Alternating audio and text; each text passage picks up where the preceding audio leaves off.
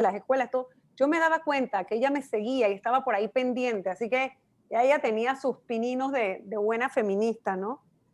Sí, esperemos que concluya bien. Ha pasado demasiado tiempo. Bueno, tristemente esos son los tiempos del sistema interamericano y a veces hay víctimas que, bueno, lamentablemente mueren esperando la justicia y la reivindicación, ¿no? Esperemos en Dios que me conserve con salud, no solo a mí, sino a mis padres que tienen 84 años y que yo anhelo que Total, ellos puedan ver esa reivindicación que el pueblo panameño me la ha dado, ¿ah? Porque evidentemente totalmente. el pueblo votó por mí, se comportaron, o sea, pero hay segmentos y hay segmentos. Entonces, yo quiero que ellos vivan eso, porque valió la pena educar y una hija con ética, educarme en valores, con resiliencia para resistir semejante cosa. Porque tú nada más imagínate, yo tengo récord policivo y Cheyo y Vinicio y ninguno de ellos tiene récord, ¿no? Entonces, mira cómo están las cosas, ¿no? O sea que es interesantísimo esto y quiero a Dios que ellos estén con vida para ver eso. Sí, Y bueno, inclusive al postularla de nuevo, le demuestran como esa reivindicación también de parte estatal, no solamente de la ciudadanía. claro, porque no fue este gobierno el que manipuló la Ujú, justicia, pero como que cogieron miedo en el camino, se dejaron, no sé, ahí hay algo raro, ¿no? total. Yo incluso pensé en algún momento que pudiera ser una parte de una estrategia para retrasar el proceso, Sí, ¿no? El no hubo juicio. quienes, ha habido personas que han hecho el análisis desde el punto de vista de que pudiera ser que el Estado como estrategia, al postularme, me quería debilitar como Así contraparte. es. Sí. Entonces, no sé, pero bueno, yo soy una mujer que aparte de mi formación intelectual académica, también tengo profundas convicciones desde el punto de vista espirituales. Yo soy una mujer de mucha fe y yo pienso que yo no pedí eso, así que esto está por algo. O sea, no sé si me logro, sin llegar a ser una fanática ni decir que no, uno Ajá. construye su propia historia, pero yo también como mujer de fe veo la mano de Dios en mi vida, porque hay cosas que me han venido del cielo. O sea, yo no pido esto, viene, surge, se activa lo otro. O sea, entonces, bueno, todo se está, vamos a ver, esto es bien interesante. Las cosas se ponen en su lugar. Bueno, tú sabes que un momento histórico, los jóvenes me avisan cuando ya, que si no, yo estoy aquí de Sí, relleno. ya vamos a iniciar. Listo, esta era la pelea de relleno. Bueno, buenas tardes, decana, y buenas tardes, expositoras, y a todos y todas bienvenidos a este segundo día de actividades de El Triángulo de la Abogada, en el que estaremos llevando a cabo un foro público con el tema de la interseccionalidad como herramienta para la justicia de género, con la participación de las expositoras, la abogada Irma Hernández y la politóloga Claire Nevache, perdón. A continuación, le vamos a estar dando la palabra a la decana para que nos dé algunas palabras de bienvenida a este foro. Decana. Muchas gracias. Como decana de la Facultad de Derecho y Ciencias Políticas de la Universidad Católica Santa María la Antigua, me complace muchísimo darle la bienvenida a estas dos extraordinarias mujeres a su casa. Una porque es parte de nuestra planta docente, aunque en breve separación por su doctorado, sus estudios de doctorado, y a nuestra egresada Irma Hernández. Tanto Claire como Irma son mujeres que luchan, que han tomado esa bandera del relevo generacional en la lucha reivindicativa de los derechos de las mujeres. Esto no es un tema que nosotras nos inventamos, esto no es un tema que surgió ayer, viene desde el siglo XVII, lo más probable, algunos de los antecedentes más lejanos lo ponen en Francia del siglo XVII, y ha habido a lo largo de la historia la participación de mujeres defendiendo primero la libertad porque éramos esclavas, luego la igualdad, porque definitivamente no podíamos ni votar, no podíamos ser testigos en juicio, no podíamos ejercer el comercio, no podíamos tomar decisiones sobre qué estudiar, no podíamos escoger la profesión, teníamos que llevar el apellido del marido, no podíamos casarnos antes de los 180 días después del divorcio, y una serie de normas que le daban forma a la violencia estructural. Entonces, que siga habiendo año tras año eventos para conmemorar el Día Internacional de la Mujer significa que estamos reconociendo que el camino que hemos recorrido vale la pena, pero que no es permitido escribir capítulos finales en la historia de la lucha por los derechos y la defensa de los derechos de las mujeres. No estamos en capítulos finales, estamos en un libro abierto que cada generación escribe sus propias páginas. Por eso para mí es un placer enorme tener a estas dos jovencitas tan talentosas. Digo jovencitas porque creo que yo podría ser la madre de las dos, tan talentosas, para escucharla y que nuestros estudiantes continúen con esta tradición que ya, como yo voy a cumplir 2 años aquí, ya observo que es una tradición, lo del Triángulo de la Abogada, y conmemorar de esta manera el Día Internacional de la Mujer, que aunque tiene eventos históricos adversos y para llorar, no significa que no tenemos un futuro que planear que nos permita sonreír. Así que buenas tardes a todos, muchísimas gracias. Y quiero, como ustedes, a propósito del tema político que van a tocar, cerrar con una cita de Gayle Rubin, una antropóloga norteamericana quien ha estudiado y desarrollado extensamente el concepto de género, y abro comillas: la opresión de las mujeres es muy profunda. La igualdad de salario, la igualdad de trabajo y todas las mujeres políticas del mundo no extirparán las raíces del sexismo. Muchas gracias, muy buenas tardes y enhorabuena por este hermoso evento. Muchísimas gracias por su palabra, decana. Bien, les voy a explicar ahora cómo se estará realizando este foro. Cada expositora tendrá un tiempo de 30 minutos para exponer. Cuando falten 5 minutos para que termine su tiempo, estaremos levantando unos carteles que pongan 5 minutos para avisarles que deben concluir. Una vez finalizada la ponencia de la expositora, abriremos un espacio de preguntas en el que las personas del público podrán encender sus cámaras y micrófonos y ordenadamente hacer sus preguntas a la expositora. Durante este tiempo solo estaremos aceptando 3 preguntas del público. Luego de esto se le dará la palabra a la segunda expositora, la cual también contará con 30 minutos y un espacio de 3 preguntas. Una vez finalizadas las exposiciones, abriremos otro espacio de preguntas y respuestas en el que el público podrá hacer sus preguntas dirigidas a cualquiera de las 2 expositoras en cuanto a lo que se habló en el foro. Y bueno, continuando les voy a presentar ahora a nuestra primera oradora, que es la abogada Irma Hernández. La abogada Irma Hernández tiene 24 años, es egresada del Colegio Pureza María.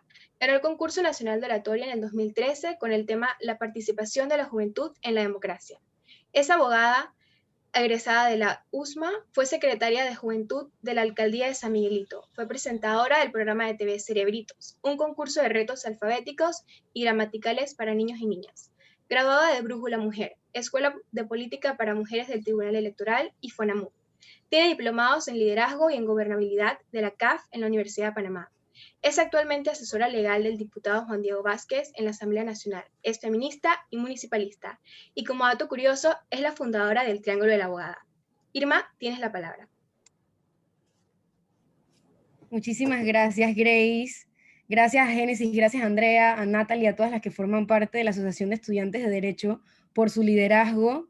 Tengo conocimiento de que de 20 miembros que hay en la Junta Directiva, 12 de ustedes son mujeres y entiendo por qué se le ha dado seguimiento ahora sí al Triángulo de la Abogada, que perdimos una generación anterior que no la pudo hacer.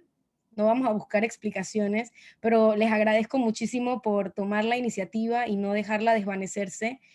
Hay que recordar siempre que el ámbito del derecho y de la política, que es donde nos hemos metido, donde hemos decidido interceder nosotras, crear una profesión y crecer como mujeres, como profesionales, es un campo que ha sido dominado y minado por varones a lo largo de la historia, como bien nos comentó la decana Ana Matilde, que ya también ha sido luchadora y disruptora en el sistema para poder permitir la participación efectiva de las mujeres y demostrando que bueno, sí hay un contenido y sí hay mucho que compartir y que sí vale la pena escuchar la perspectiva del otro 50% que a veces no es tan considerado, pero que ya nos estamos abriendo paso. Así que les agradezco. Yo quiero empezar a conversar un poquito, porque nuestro tema es de la interseccionalidad como herramienta para la justicia de género, pero tenía una dinámica antes de comenzar con la aplicación Menti. No sé si la han escuchado antes, es como para hacer una serie de juegos con un quiz y ver cómo vamos entendiendo qué entendemos nosotras y nosotros ahorita que estamos aquí por por interseccionalidad y necesito mandarles un enlace, pero no tengo como chat habilitado para poder hacérselos llegar. No sé si me ayudan con eso antes de seguir. No se puede. No, es que la plataforma del día de hoy de Zoom, como es participación de que la gente hable, no tiene habilitado el chat. De lo contrario, para habilitarlo, se tendría que cambiar a otra plataforma en donde los participantes no pueden encender su cámara ni tampoco el micrófono.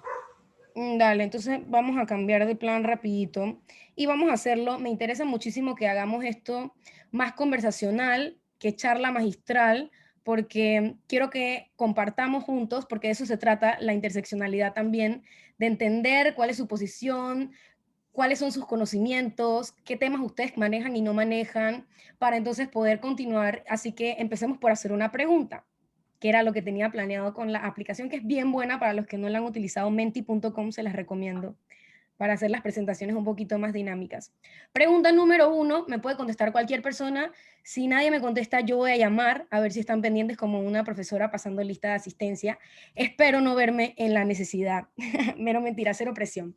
Vamos a comenzar preguntándonos, quiero que me responda una persona 3 palabras que se le vienen a su cabeza cuando piensa en la palabra interseccionalidad.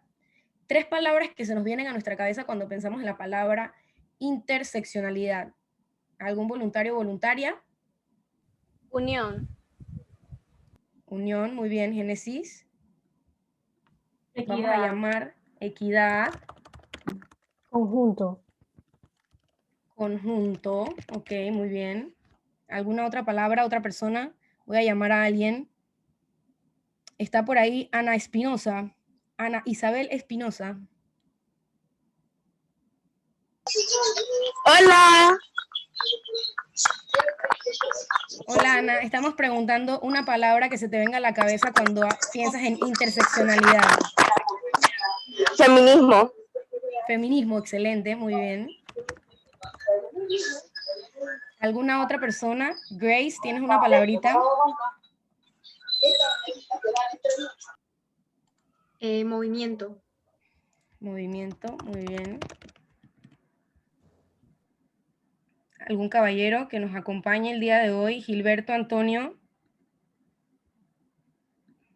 Hola, hola. No se sientan intimidados.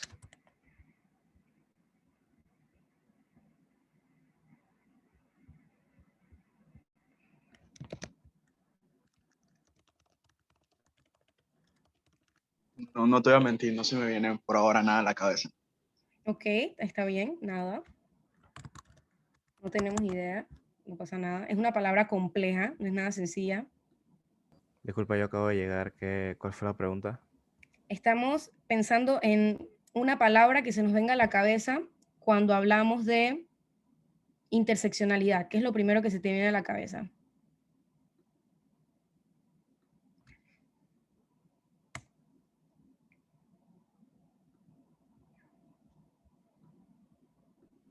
Discriminación. Muy bien, esa es una buena también, discriminación.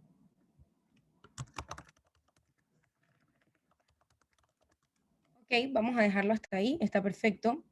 Ahora les voy a presentar una imagen.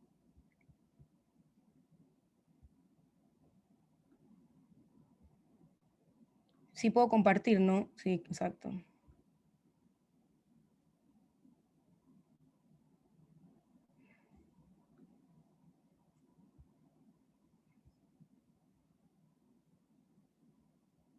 Ahí están viendo todos el diagrama que les estoy mostrando.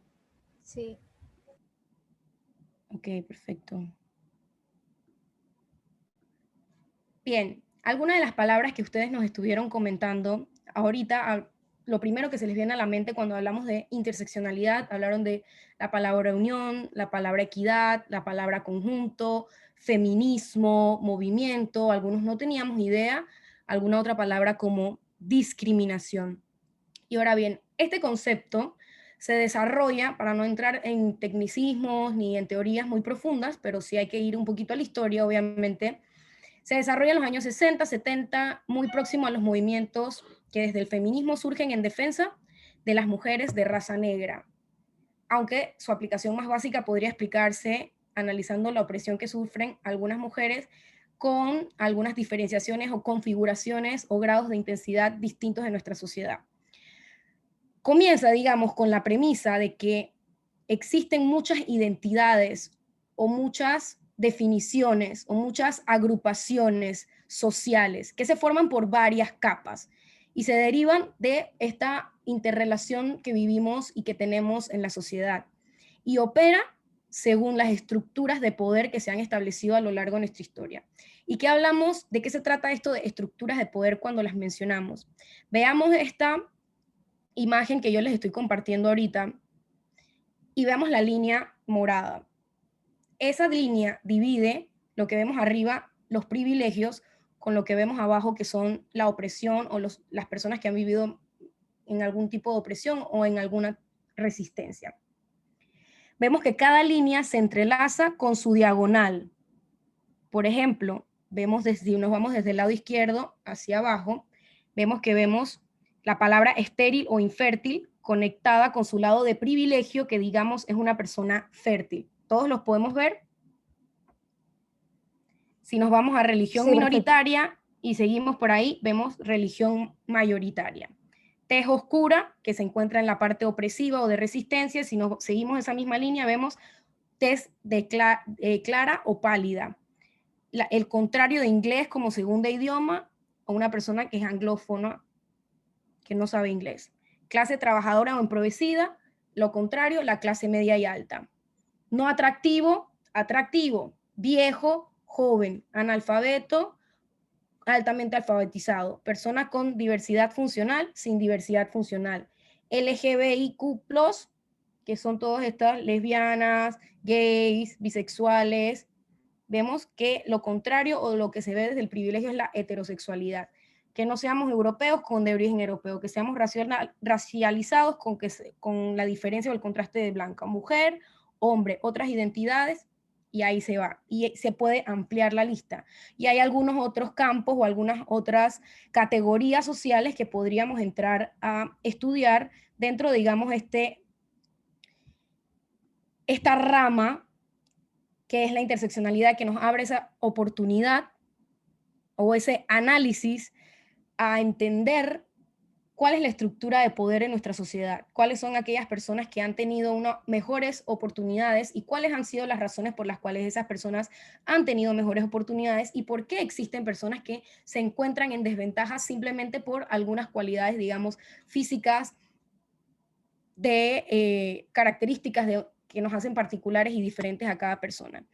¿Qué hace el análisis interseccional? Plantea que no solamente debemos entender la combinación de identidades como una suma que incrementa la propia carga, sino como que produce experiencias sustantivamente diferentes. En otras palabras, el objetivo no es mostrar cómo un grupo es más victimizado o privilegiado que otro, sino descubrir que existen diferencias, que existen similitudes significativas para poder superar las discriminaciones y establecer entonces las condiciones necesarias para que todo el mundo pueda disfrutar, digámoslo así, de sus derechos humanos.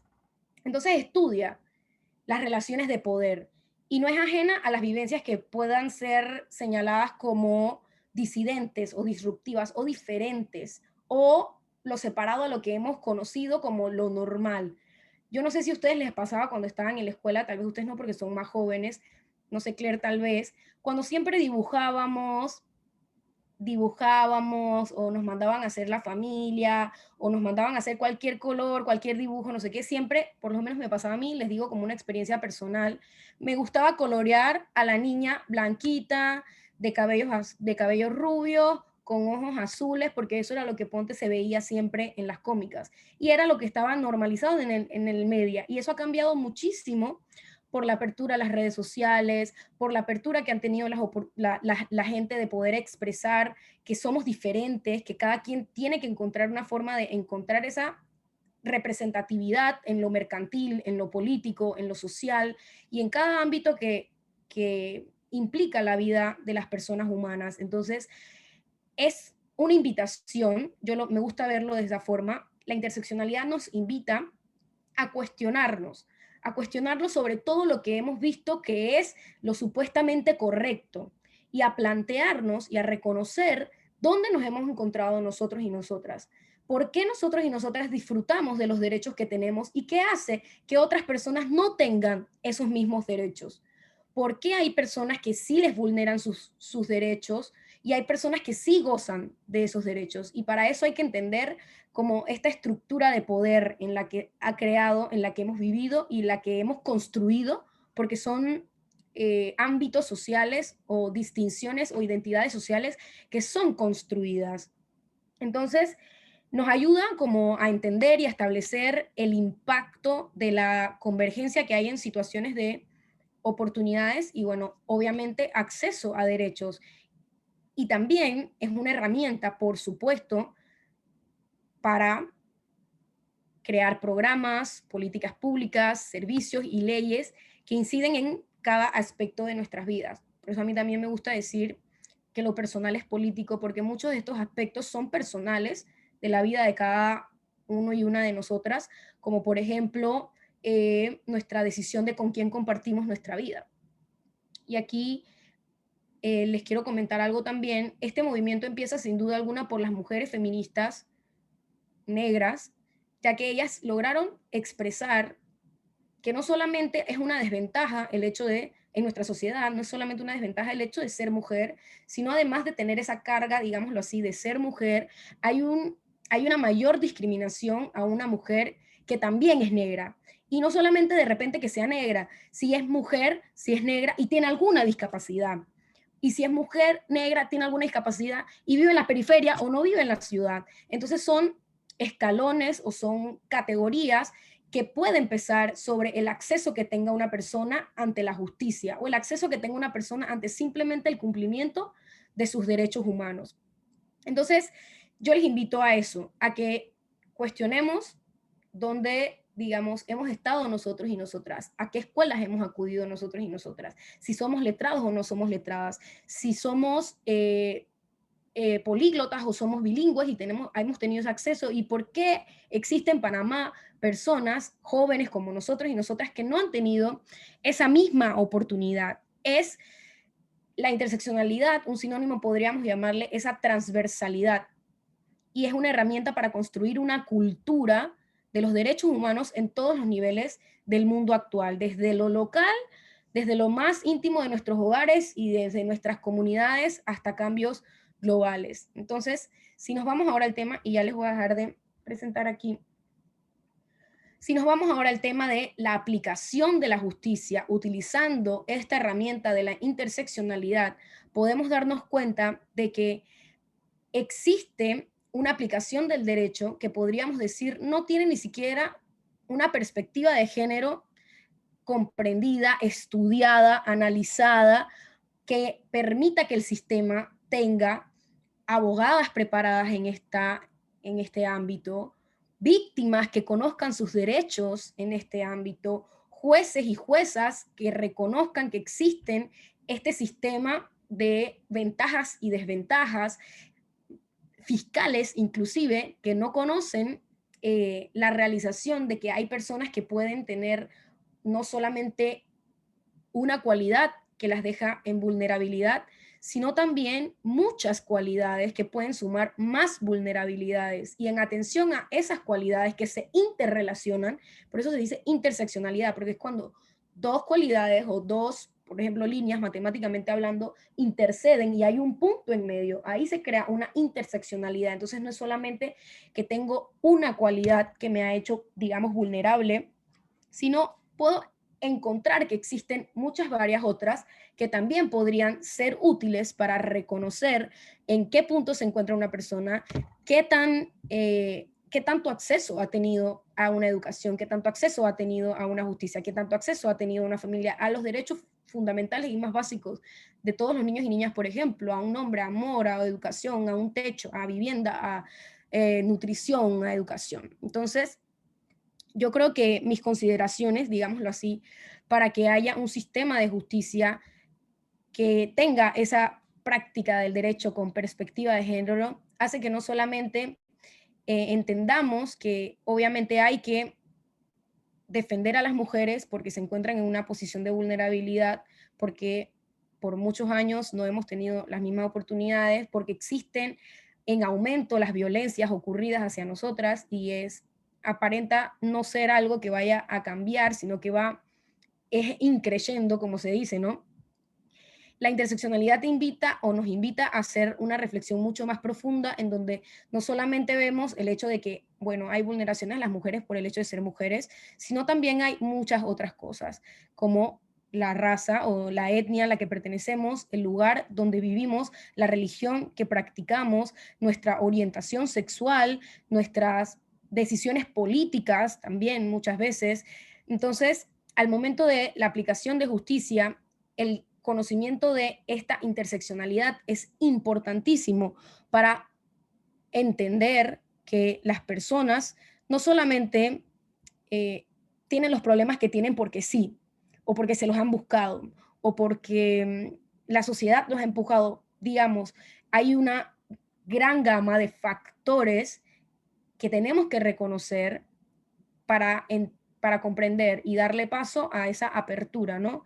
Entonces, les quiero comentar, yo pertenezco a un gremio reciente que acabamos de formar algunas colegas abogadas y yo, que se llama AFEMPA, Abogadas Feministas de Panamá, y busca precisamente incentivar, promocionar, promover que obviamente la ciudadanía y las mujeres se empoderen y tengan los conocimientos necesarios para tener sus derechos en línea y poder utilizarlos, poder demandarlos, poder defenderlos, pero no solamente eso, sino interceder en el sistema directamente, en participar activamente como actoras en el sistema de justicia que necesita personas que conozcan y que tengan este estudio en los comportamientos de la sociedad, en las divisiones sociales, en las cualidades personales inclusive. Entonces, desde este gremio, y que desde ya se los comento a las abogadas futuras colegas que están en este grupo, que no me cabe duda que en algún momento quieran agremiarse o unirse por causas sociales también, porque el derecho también tiene causas sociales y no se dejen vender la idea de que es distinto, porque a veces también hay una inclinación por el lado mercantilista de nuestra profesión, que si bien es cierto, obviamente, digamos, lo es conveniente, ¿no? Para llegar a una liberación y estabilidad económica, también tenemos un compromiso como abogadas en nuestra sociedad de lograr que cada vez más mujeres se vean menos vulneradas. Así que la promoción de iniciativas, digamos, como AFEMPA, pues, lo que hacen es involucrarnos directamente con el sistema, tener que ir presencialmente, tener que ver las realidades, tener que escuchar las realidades, y entre más nos empapemos, entre más sepamos de gente que vive en entornos y con realidades sumamente diferentes a las nuestras, pero tan cerca a las nuestras, nos ayuda pues a tener esa aplicación, esa conciencia, ese interés, porque las cosas realmente sean distintos, y sobre todo en un sistema de justicia donde a veces podemos sentirnos que nos decepciona, y no hay que decirlo de otra forma. Hay algo que siempre dice nuestro presidente, Nito Cortizo, que hay un Panamá, que en este Panamá hay varios Panamás. Y cuando él habla específicamente de que hay varios Panamás, lo que él quiere intentar decir, quiero pensar, que es que existen estas realidades y que existen quienes estamos, y gracias a la interseccionalidad puedo reconocerme como una mujer privilegiada, que he tenido acceso a una educación privada como todas las personas que son parte de la USMA, por ejemplo. Hay gente, muchas más personas, porque también hay que verlo numéricamente, como es nuestro país, muchas más personas que no tienen esas oportunidades, que no tienen un acceso a un tipo de infraestructura como nosotros hemos tenido, que no tienen acceso a una educación o a herramientas como las que nosotros hemos tenido. Entonces, cuando él habla de que en Panamá existen varios Panamás, solo recalca que en Panamá lo que existe es una gran desigualdad. Y es una gran desigualdad porque no logramos internalizar y reconocer que este sistema de poder estructural en el que vivimos, que es patriarcal, que es heteronormativo, que es binario, que es blanco-negro y que no acepta intermedios, es lo que tiene el país en estos varios Panamás. Pero el varios Panamás no existe, digamos, a nivel internacional, y podemos preguntarle a muchos amigos que tengamos en otros países. Ven a Panamá como lo conocen, como el Dubái de las Américas, como como el Miami de Estados Unidos, nos dicen también algunas veces, o como este gran país con un avance y una obra de la ingeniería que puede ser una maravilla mundial y con rascacielos y con automóviles y autopistas y con un progreso económico al nivel de países como Chile, que tiene millones de personas e industrias elaboradísimas, pero realmente vivimos también como uno de los países más desiguales del mundo. En Panamá tenemos 4 millones de personas con un presupuesto general del Estado en 23.000 millones de dólares. En países como Guatemala, que son 17 millones de personas, si no me equivoco, tienen presupuestos un poquito menos, o mucho menos, Claire. Yo creo que está más por los 10, por ahí, creo yo. Pero nos doblan en cantidad. Ah, no, sí, Digámoslo. definitivamente. Nos doblan en cantidad. Ellos tienen presupuestos estatales, ahora sí, de 17.000 millones de dólares. Mucho menos que lo que tenemos nosotros, y creo que es hasta mucho menos que eso.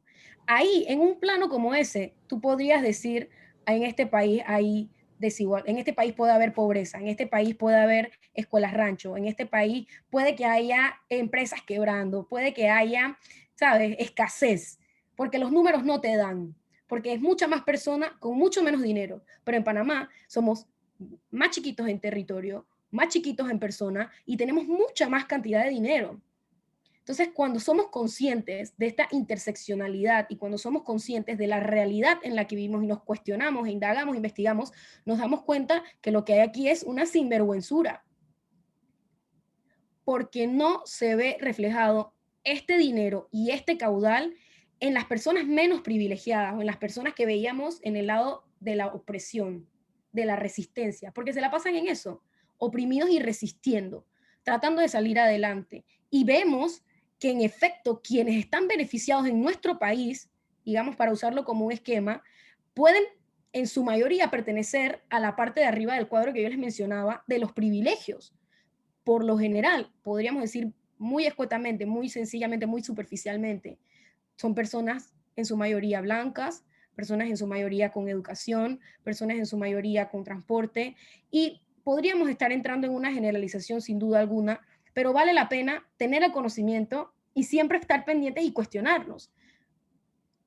¿A quién le llegan los derechos que no les llegan a otras personas? ¿A quién le llegan los beneficios que a otras personas no le están llegando? ¿Por quién otras personas tienen dinero que hacen que otras no tengan su dinero o acceso a un puesto de trabajo, por ejemplo? Y la conversación puede irse mucho más profunda a temas desde por qué no te aceptan o por qué no contratan a una persona en una empresa por, digamos, empezar y ser mujer, porque cuando eres mujer y te van a contratar en una empresa tienen que empezar en la licencia de maternidad. Pero a ver, ella no solamente es mujer, ella también es indígena. Y a mí no me gusta que haya una indígena afuera en la recepción porque no es la imagen que yo quiero dar de mi empresa. Y ahí van dos tipos de discriminaciones, ¿no? O y ella vive muy lejos. Entonces, si ella vive muy lejos, yo no le puedo dar el trabajo porque le va a costar mucho tiempo y yo necesito a alguien que llegue temprano y que viva cerca y que tenga carro para moverse. Si ella no tiene carro y ella tiene que usar transporte público, tampoco me conviene.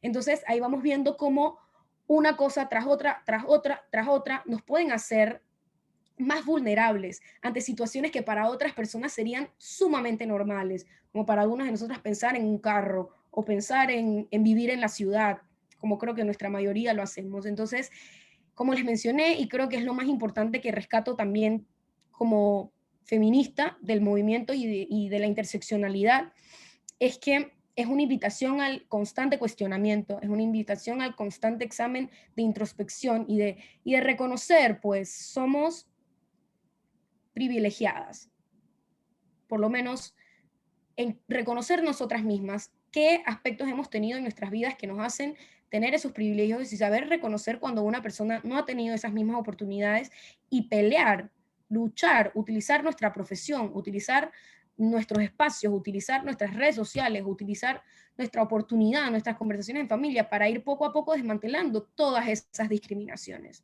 Y desde hasta los ámbitos más personales podemos hacerlo. No sé si falta 5 minutos, perfecto. Se dieron cuenta hace poco, para también meterle un poco de salsa, como decía la decana, se dio un debate por la marcha del 8M, que digamos fue más a través de las redes sociales, en donde hubo como un cisma en el feminismo, porque una parte defendía el hecho de que los varones, digamos, podían estar en las marchas feministas, y otra parte decía que querían estar en un espacio más seguro, en un espacio de convivencia con mujeres por ser un solo día, el Día Internacional de la Mujer.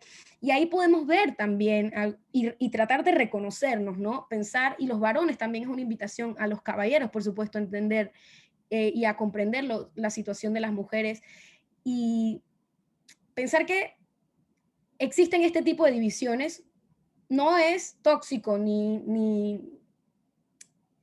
problemático, digámoslo así, es importante. Y es importante entender que hay gente que no piensa igual, que hay gente que tiene ideas distintas. Y eso es parte del interseccionalismo también. Hay una línea del feminismo que se llama feminismo interseccional, que precisamente busca esto, entender que hay muchas categorías, que hay muchos pensamientos, que simplemente tenemos que intentar ser tolerantes ante ellos, pero claro, por supuesto, siempre cuestionándonos a nosotras mismas, investigando un poquito más, reconociendo, ok, vamos a ver, y analizando, ¿no? ¿De qué lado puede que esté, sabes? Entonces, y no vamos a entrar en la polémica, pero es simplemente para hacer un ejemplo de cómo la interseccionalidad podría verse en nuestro día a día. Entonces, entender que, bueno, para algunas feministas, y hay muchos tipos de feminismos también, que eso es otro debate mucho más profundo también, la inclusión del varón es importante. Para algunas lo ven como los que probablemente han afectado la vida de muchas mujeres. Entonces, entender que existen los dos tipos, entender que podemos pensar diferente, pero que al final el objetivo es igual, que es lograr tener una convivencia en sociedad libre de discriminaciones, libre de violaciones, libre de inseguridades y trabajar encaminadas en lograr ese objetivo, ¿no? Entonces, siempre a partir de ese concepto de que puede que haya diferencias, de que puede que haya pensamientos distintos y contextos distintos, sobre todo, que muchas veces no son reconocidos por las personas ni siquiera que viven en ese nivel de opresión. Entonces, incentivar y ayudar y promover a que las personas que también tengan algo por lo que son oprimidos y ayudarlos a reconocerlos y aceptarlo con validez es importante también. Una persona que se siente menos porque es discapacitada, por ejemplo, o que de repente sienta esa discriminación que ha sentido por mucho tiempo por ser negra,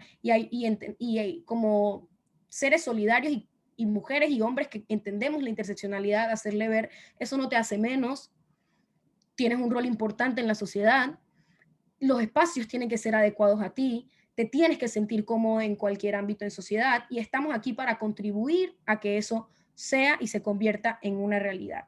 Así que es básicamente entender que, bueno, la combinación de identidades no es algo que debe incentivar a revictimizarnos o la serie de condiciones de privilegio tampoco es para incentivar a hacerte sentir que has tenido todo y que gracias a que tienes todo y has estado del lado de los privilegios, pues no has pasado cosas malas o cosas está mal, sino el objetivo es más bien mostrar cómo un grupo, cómo estas diferencias y similitudes nos pueden acercar o alejar del acceso a la justicia, del acceso a nuestros derechos y trabajar desde ahí, ¿no? Así que cualquier interrupción, cualquier otra pregunta, estamos aquí a la orden y cualquier aclaración seguramente de boca de Claire la escucharemos.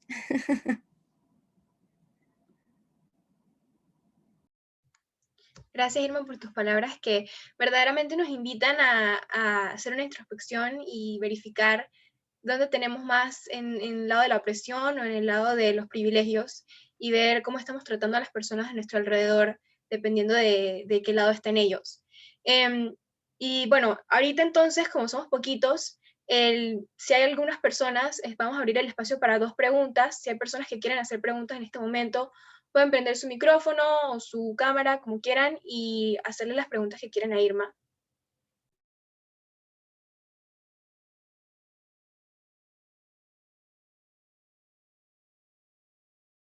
Bueno, yo tengo una pregunta, no sé si alguien quiere, si puedo ir ya o alguien quiere ir antes. Adelante, Adriana. Listo. Bueno, primeramente, en verdad, gracias por esa ponencia magnífica. Creo que si bien teníamos una idea, tenía una idea yo de qué era, pero tan explicado, la verdad que no sabía el enfoque y todo el entorno. Enfocado entonces en Panamá, estuve casualmente, creo que el año pasado hubo un cineforo en el que también asististe, Irma, en el que se habló de la revictimización. Vimos una serie y todo, fue entonces había también un psicólogo que estaba en todos estos temas y pues corroboró cómo el sistema ha fallado. Lo que yo quiero poner ahora es el tema cultural, que se discutió el primer día del Triángulo de la Abogada. La exministra Adriana contestó la pregunta, creo yo que con toda la base. La pregunta era de, ¿cómo entonces, qué prima? Están los derechos humanos, pero en muchos países hay, bueno, en nuestro país, acá en Panamá, están las comarcas. Y sin duda alguna, el registro civil, las investigaciones, pues plasman usos quizás culturales de tradición. Y ella obviamente respondió que el derecho humano primaba antes que la cultura, o sea, se le está vulnerando a esta persona su integridad, su seguridad, eso es lo que prima. Entonces, partiendo de este principio, yo quería saber cómo tú veías el camino de Panamá, si ves una lucha en políticas para ayudar a estas niñas, a estas mujeres que inminentemente están pasando quizás por algo que está normalizado en su cultura, pero en nuestro lente que podemos ver la vulneración, se sabe que hay algo que está pasando. Siento yo que es algo que no se habla mucho, pero tú que has tenido un recorrido pues maravilloso en este caminar, creo que puedes ampliar un poco más. ¿Qué puede ser ese cambio? Que veo que hay bastante actividad en redes, creo que estamos en un buen punto de que la sociedad está consciente, pero este punto cultural de las comarcas y del cambio, ¿cómo se puede entrar entonces en ese tema?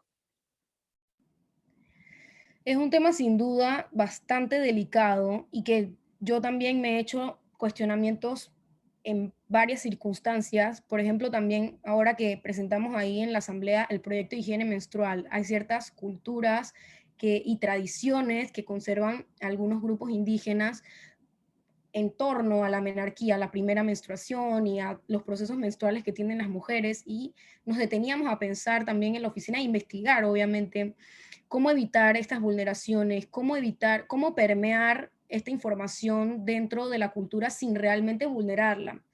Y muchas de estas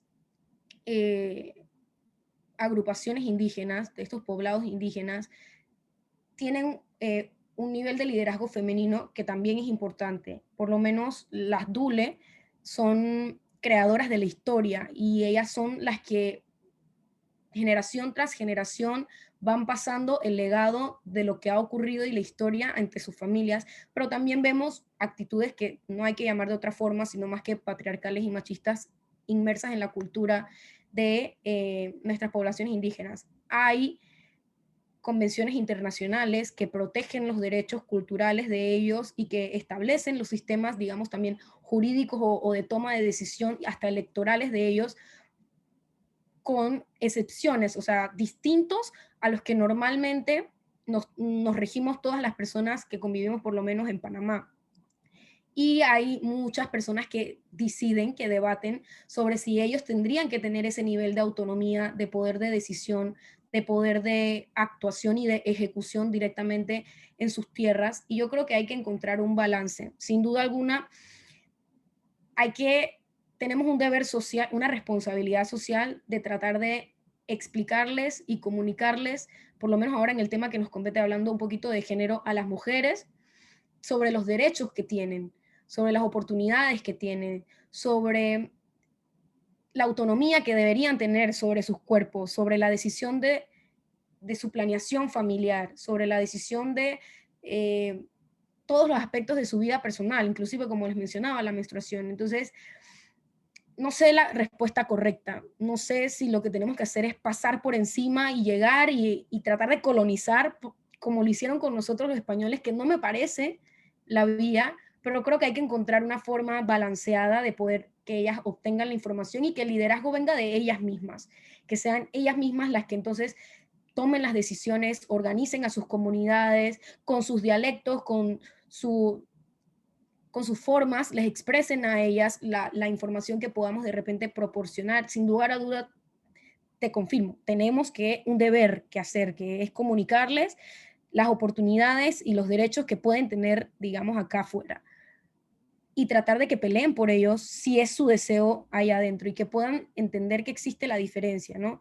Poder brindarles los escenarios. Yo diría que hasta ahí podría llegar nuestra responsabilidad. Y también de estos acuerdos internacionales en donde se establece la defensa hacia sus ideas, hacia sus costumbres, hacia sus decisiones, hacia su forma de crear y hacer política, porque también es importante, que inclusive es hasta más sostenible que las decisiones y las formas, hasta más democráticas que las que nosotros nos actamos, que tanto defendemos y que tanto aplicamos, pero es bien delicado. No sabría en verdad decirte si tenemos que hacer una intervención ya, directa, en las comunidades, pero hay que informar. Yo conozco una amiga que también les iba a comentar, conozco una amiga que es Dule, que se llama Laura Huertas, ella estudió conmigo Derecho ahí en la USMA, y ella, no sabíamos, la verdad yo no tenía el conocimiento que ella era una líder indígena cuando estábamos estudiando en la universidad, pero cuando nos graduamos, ella se empoderó muchísimo y me enorgullece decir que la conozco inclusive y tiene una organización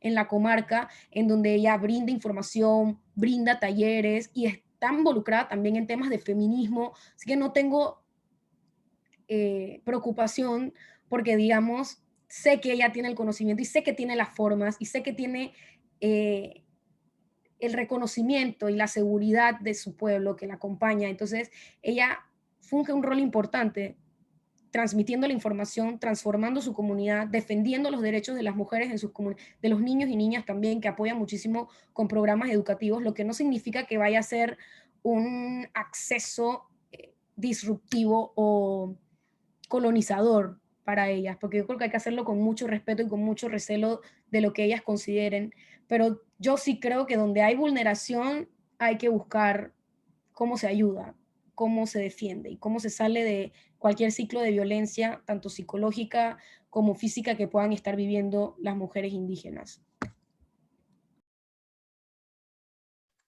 ¿Alguien más tiene una pregunta? Yo tenía una pregunta. Okay. Muy interesante ese tema. Casualmente es el tema de mañana, de Triángulo de la Abogada del día de mañana. Chicas, un honor tenerla aquí de verdad a las dos. Pero bueno, voy a soltar mi pregunta así rapidito porque tengo un examen y que ya. Entonces, sí, la quería soltar al final, pero la voy a soltar ya. Ok, yo siempre he tenido una duda de por qué cuando nosotras, bueno, no sé si a todos nos ha pasado, voy a hablar por mí, cuando empiezo a tratar este tema, a expresarme, a manifestarme, a comentarlo con mis personas cercanas, me empiezan como a cuestionar. Y no como a cuestionar como para que les explique, sino como para cuestionarme para que no lo haga yo. Y empezando por mi familia, son los primeros. Luego vienen mis amigos cercanos. ¿Por qué? ¿Por qué haces esto? ¿Por qué vas a protestar? Eso lo hacen tranques. Y luego entonces empiezan los, te dejo de seguir o te bloqueo. Y eso que ni siquiera soy así que tan radical. O sea, como tú explicaste que hay tantos tipos de feministas, yo me considero bastante como pacífica, ni tan, dije, que los hombres que no sirven. No, no, totalmente normal. Y la verdad siempre he tenido esa duda porque desde muy joven, desde que estaba como en la escuela, casi que en la primaria, siempre me sentía como muy mal cada vez que veía una noticia de que una mujer es asesinada o secuestraron a 3 niñas o, saben, estas noticias así horrorosas que te dejan como con la piel de gallina. Y sí, o sea, yo quería saber, quería una razón lógica, porque a mí no se me hace por qué la gente no, como que no apoya este movimiento, siendo ya prácticamente una realidad, a pesar de que el camino todavía siento que es larguísimo, todavía siento que nos falta demasiado, entonces yo quisiera saber por qué la gente como que no lo logra aceptar, asimilar y apoyarte en todo caso, a nosotras. Gracias, Angelín, por tu pregunta. El cambio al sistema y a cómo han funcionado las cosas por mucho tiempo, le da miedo a la gente.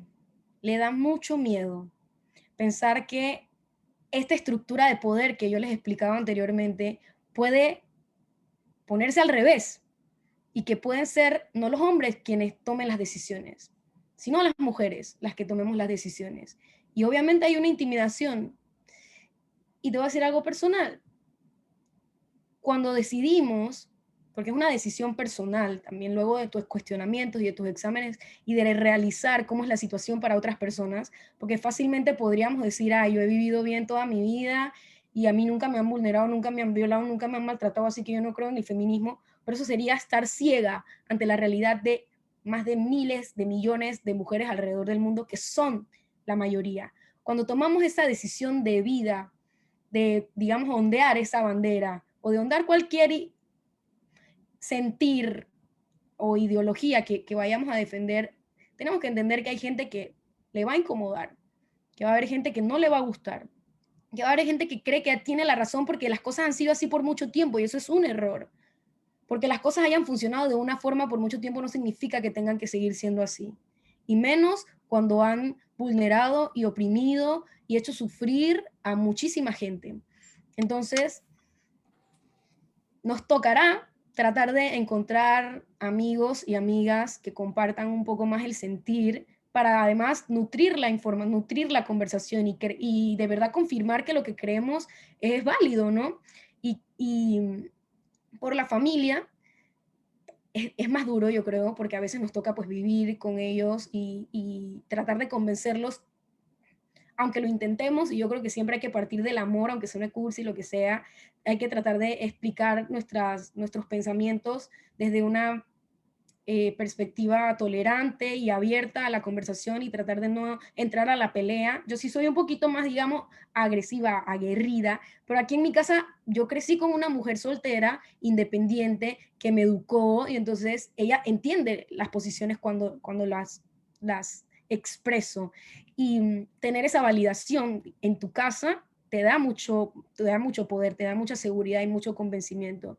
Y es difícil cuando no existe ese apoyo, pero yo te diría que, bueno, poco a poco intentemos conversar y tratar de entender que, bueno, también los papás son boomers, las generaciones mayores no entienden muchas cosas que nosotros estamos entendiendo y que hemos logrado entender porque somos empáticos y vivimos en una sociedad mucho más interconectada que las que tenían ellos en su momento. Entonces, tratar de también ponernos en sus zapatos y que, bueno, no van a copiarnos todo y, bueno, tratar de sobrevivir, ¿no? Que no te vayan a sacar de la casa, no queremos que eso ocurra, pero ellos también es responsabilidad de los padres y de nuestros familiares entender que no son dueños de nuestras decisiones y de nuestras perspectivas e ideales y que simplemente pedir que nos respeten y ya, tratar de ir con eso. Y tú créeme que cuando poquito a poquito ya tú vas ahí empezando que ellos van adaptando los comentarios y van a ir señalando las cosas que antes tú les señalabas que no lograban ver porque tenían normalizadas, como ahora con las cómicas que la están cancelando y dicen, ay, pero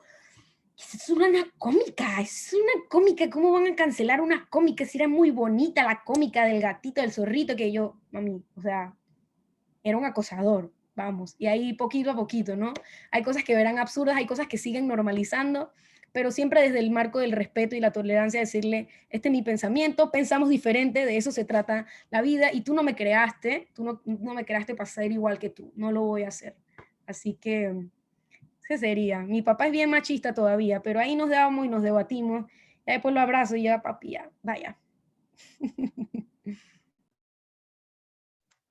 Gracias, chicas, por las preguntas y Irma por esas magníficas respuestas. Ahora le paso la palabra a mi compañera Natalie Martes para que continúe con este programa del día de hoy. Muy bien, gracias Grace. Continuando aquí con la actividad de hoy, bueno, como siguiendo la actividad, nos va a estar acompañando la segunda expositora del día, que es la politóloga Claire Nevash. Voy a hablar un poquito de ella. Ella es politóloga, es diplomada con especialidad en globalización y gobernanza del Instituto de Estudios Políticos de Lyon en Francia.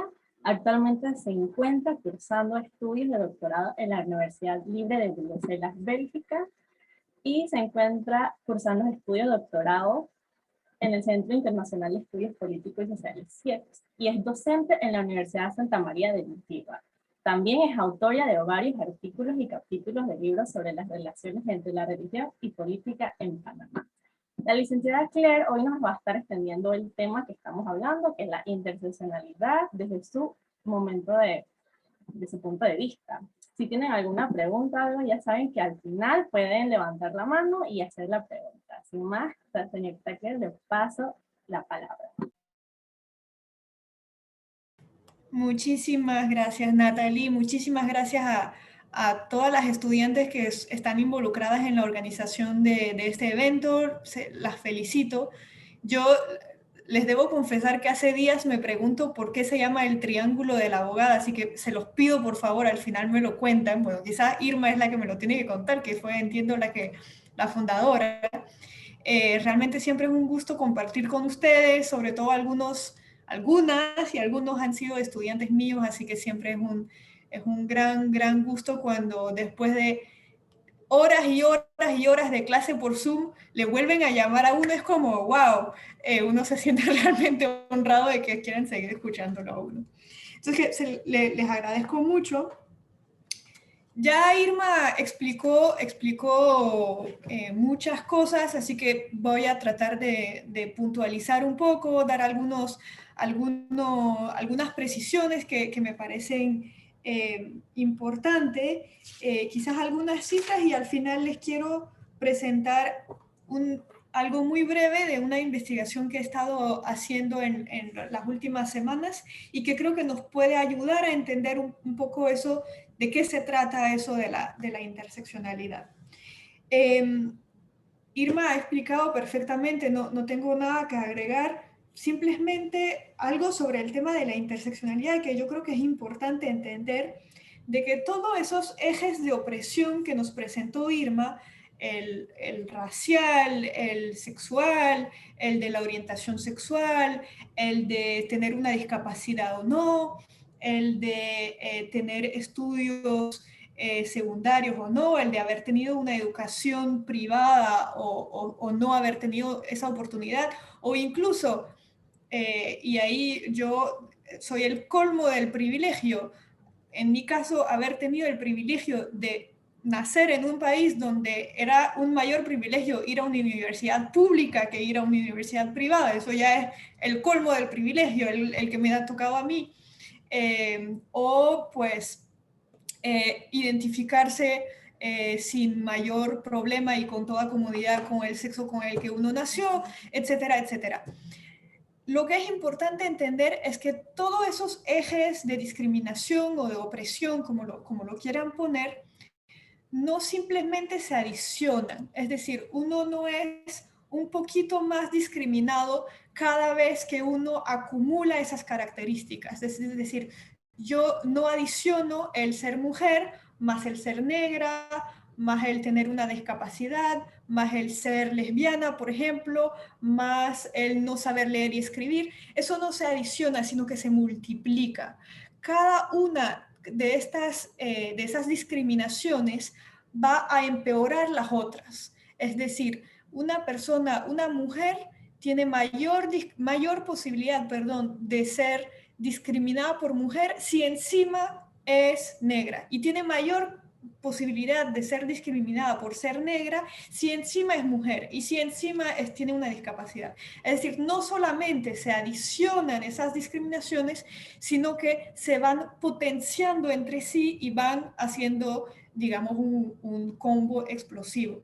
Y yo creo que eso, y la invitación que hacía Irma a revisar sus propios privilegios, creo que es muy importante, porque yo como mujer efectivamente puedo ser discriminada en un determinado momento si me comparo con un hombre, pero quizás un hombre negro va a tener otras discriminaciones que yo nunca voy a sufrir y que yo ni siquiera me puedo imaginar lo que significa sufrirlas. O un hombre que tiene una discapacidad también va a vivir discriminaciones que yo ni siquiera me puedo imaginar. Entonces es muy importante, frente a distintas situaciones, tratar de pensar que esos son distintos ejes de discriminación que existen, y también tratar de pensar, y eso es lo que les quiero presentar con la investigación que he estado haciendo hace un tiempo, cómo esos distintos ejes pesan distinto sobre distintos temas. Es decir, no es lo mismo ser discriminada por ser mujer en el acceso a la salud que ser discriminado racialmente o por distintos temas. Entonces, eso se lo voy a mostrar en un momento. Yo creo que hemos avanzado muchísimo, obviamente, en el camino del feminismo en el último siglo, gracias a generaciones de mujeres que han luchado mucho, que se han arriesgado, que han incluso sacrificado buena parte de su vida para que nosotras podamos disfrutar de una cierta cantidad de derechos, pero todavía faltan cosas. Y cuando les digo que faltan cosas, yo los pondría en cinco grandes direcciones de cosas en las que todavía tenemos que avanzar. La primera es el tema de nuestra representación política. Irma no me dejará mentir. En la Asamblea Nacional tenemos 19.8% de mujeres, y en las últimas elecciones hubo solamente 16.5% de candidatas para escaños legislativos. O sea, imagínense, 16%. Lo digo y parece mentira. Realmente es una cifra ínfima. Entonces, realmente tenemos un gran problema de representación de las mujeres, tanto en el órgano legislativo, pero en los órganos ejecutivos es aún peor. Solamente en Panamá, en las alcaldías, solamente 14.8% de las alcaldías están ocupadas por alcaldesas, y solamente 10.3% de los corregimientos, los representantes. Entonces, realmente una muy fuerte falta de representación de las mujeres. Y ojo, y les invito a no confundir. No es un problema de participación de las mujeres, porque escuchamos todo el tiempo, las mujeres tienen que participar en política, las mujeres tienen que capacitarse. No, y ustedes son un ejemplo. Las mujeres están sumamente capacitadas. A ver, no está de más capacitarse, pero las mujeres no están carentes de capacitación. Las mujeres en nuestro país están igual o más capacitadas que los hombres, y las cifras lo muestran. Se gradúan cada año más mujeres que hombres.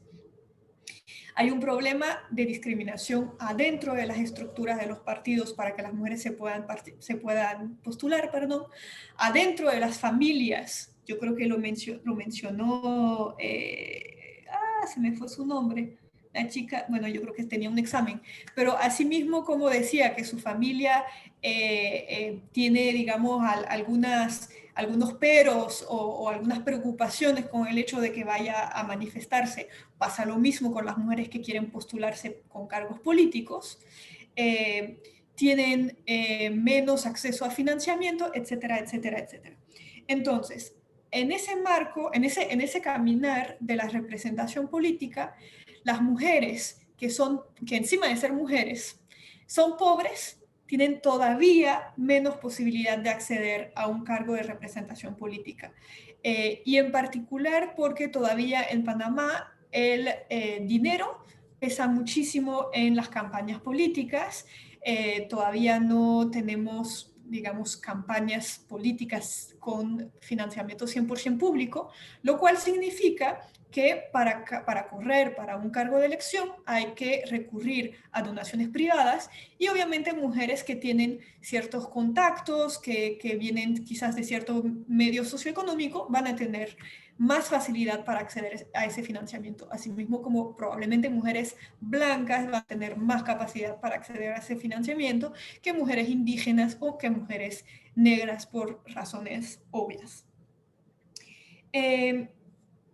Hablado del tema político, que yo creo que es uno de los grandes temas de agenda que el movimiento feminista debería tener, está el tema del mercado laboral. En Panamá, 3 de cada 4 hombres están en el mercado laboral. y solamente es el caso de 1 de cada 2 mujeres. O sea, más o menos 75% de los hombres versus 50% de las mujeres.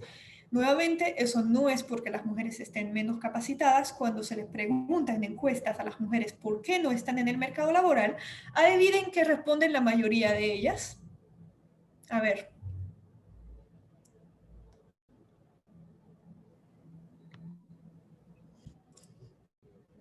No, Irma, no hagas trampa. Yo diría que por lo que mencionó Irma anteriormente, se me fue el nombre, que es la licencia de maternidad. No, no es por... tiene que ver, pero no es exactamente por eso. Alessandra. Sí, bueno, yo he escuchado muchas veces que no les contratan porque están sobrepreparadas, o sea, están muy preparadas para el puesto y no les quieren pagar lo que deberían pagarles también. No quieren darle el pago que de verdad se merecen. Pues es una hipótesis interesante, pero al menos eso no es lo que las mujeres contestan en las encuestas cuando se les pregunta por qué usted no está trabajando. A ver, Irma, que... Para ver si la pego. A ver. Porque después, ¿quién cuida de la casa? ¿Quién se encarga de los hijos? Así es, ¿quién cuida a los chiquillos? Ahí se ve que nosotras somos unas viejas que tenemos preocupaciones que las estudiantes todavía no tienen. Pues sí, la mayoría de las mujeres cuando se les pregunta por qué usted no está en el mercado laboral, es decir, por qué no tiene un empleo y tampoco está buscando un empleo, dicen que es porque tienen demasiadas responsabilidades familiares y que no tienen con quién dejar a los niños o a las niñas o a las otras personas a cargo. Muchísimas veces las mujeres tienen a cargo no solamente sus niños, pero las personas mayores de su familia, que a veces son dependientes, que hay que ocuparse de ellos todo el tiempo, las personas con discapacidad que también sean dependientes, incluso muchas veces las mujeres no solamente se encargan de sus papás, se encargan de sus suegros. Entonces, realmente las mujeres tienen una carga adicional que es muy importante y que les impide acceder al mercado laboral. Y encima, cuando acceden al mercado laboral, que más o menos la mitad de las que están en el mercado laboral están como trabajadoras informales, eso es más o menos igual que los hombres, ahí no hay mayor diferencia, pero sí hay una enorme diferencia en los ingresos que ganan. Las mujeres que están en el trabajando en el sector informal ganan en promedio $299 por mes. Yo no sé ustedes cómo lo ven, pero con $299 evidentemente uno no está independiente económicamente y mucho menos puede hacer vivir a una familia. Los hombres, en cambio, ganan $512 en promedio, que tampoco es mucho, pero que es cerca del doble de lo que ganan las mujeres. Entonces ahí también hay una clara discriminación, además de prácticas que se siguen dando en nuestro mercado laboral en Panamá, que son ilegales, pero que se siguen dando, por ejemplo, pedirle a las mujeres pruebas de embarazo en el momento de contratarlas para asegurarse de que no estén embarazadas y por lo tanto no pagarle un fuero de maternidad en los meses justo después de su contratación. Otro de los caminos que yo creo que está como muy pendientes para las mujeres en Panamá, en el mundo, está relacionado con algo que les acabo de contar, que es el tema de los cuidados. Los cuidados siguen estando muy desigualmente repartidos entre hombres y mujeres y eso es muy difícil de cambiarlo porque es algo que pasa dentro de las casas. O sea, es algo que seguramente todas nosotras y todos nosotros que estamos acá hemos vivido, hemos visto, pero que no necesariamente se habla en público porque es algo que no se ve. Pero cuando uno les pregunta, y en el CIEPS lo incluimos dentro de nuestras encuestas, cuando uno le pregunta a los hombres y a las mujeres quiénes en su casa, en su familia, se ocupan de los niños, de las niñas, de las personas que necesitan atención, de las personas mayores, de las personas enfermas, de las personas con discapacidad, 7 de cada 10 mujeres contestan que ellas mismas y 3 de cada 10 hombres contestan que ellos mismos. O sea, realmente seguimos con una muy desigual repartición.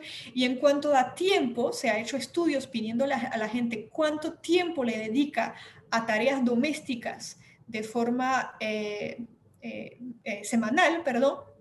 Las mujeres contestan que dedican algo más de 29 horas a la semana, imagínense, 29 horas a la semana a tareas domésticas, mientras los hombres le dedican 13 horas y media más o menos. Imagínense, eso significa una diferencia de prácticamente 15 horas de trabajo diarias, que es una diferencia que obviamente le libera tiempo a los hombres que las mujeres no tienen para estudiar, para trabajar, para descansar y para ocio. Si ustedes ven en el espacio público, en lugares de deporte, sí, quienes tienen tiempo para hacer deporte, quienes tienen tiempo para hacer una segunda maestría, quienes tienen tiempo para todo tipo de cosas, suelen ser los hombres, y las mujeres suelen seguir teniendo una recarga que va a influir en distintos aspectos de su vida. Va a influir porque si puede trabajar menos, va a ser menos independiente económicamente, va a tener mayores problemas de salud.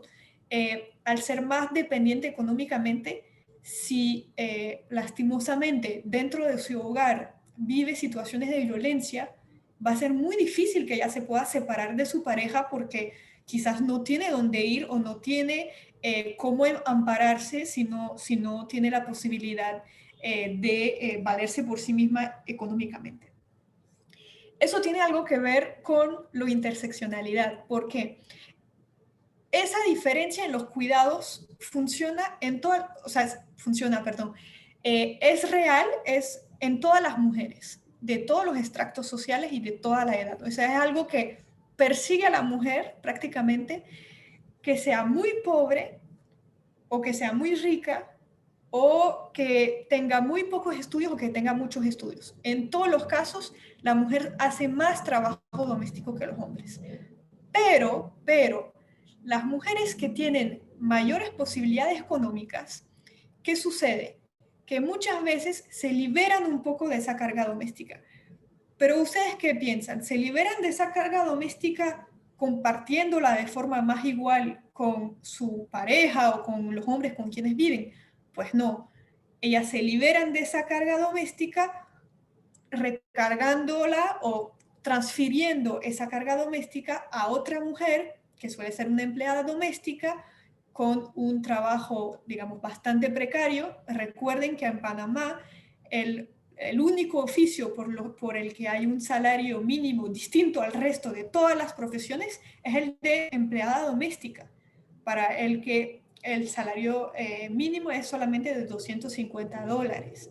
O sea, se va recargando, digamos, ese trabajo doméstico de una mujer más rica, más pudiente, más educada, a una mujer más pobre y menos educada. Entonces, ahí nuevamente vemos ese tema de interseccionalidad. Soy mujer, sí, pero quizás tengo un privilegio de poder liberarme de alguna de esas opresiones típicas de las mujeres, pero al final termina digamos, pagando con ello otra mujer. Entonces, hemos hablado de lo político, del mercado laboral y de los cuidados. Hemos visto que los tres están muy impregnados por el tema de la interseccionalidad de la que ya hemos hablado.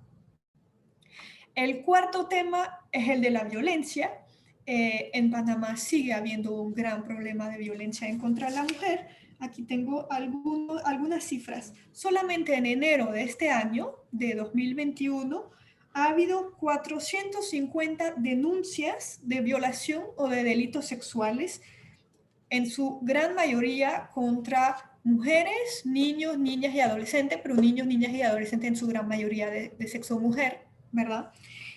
450 en un mes significa más o menos 14 denuncias al día de violación o delitos sexuales de otro tipo. Y eso es más o menos lo que se da en promedio. En el año pasado fue lo mismo, son 14 denuncias al día, sabiendo de que muchas personas viven ese tipo de situaciones y no las denuncian por pena, por miedo, por no creer en el sistema, por vergüenza, por una serie de situaciones.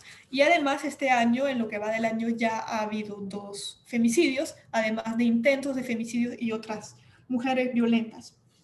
Y obviamente en ese tema de la violencia en contra de la mujer, todas estamos en una situación de vulnerabilidad, pero no todas estamos en la misma situación de vulnerabilidad.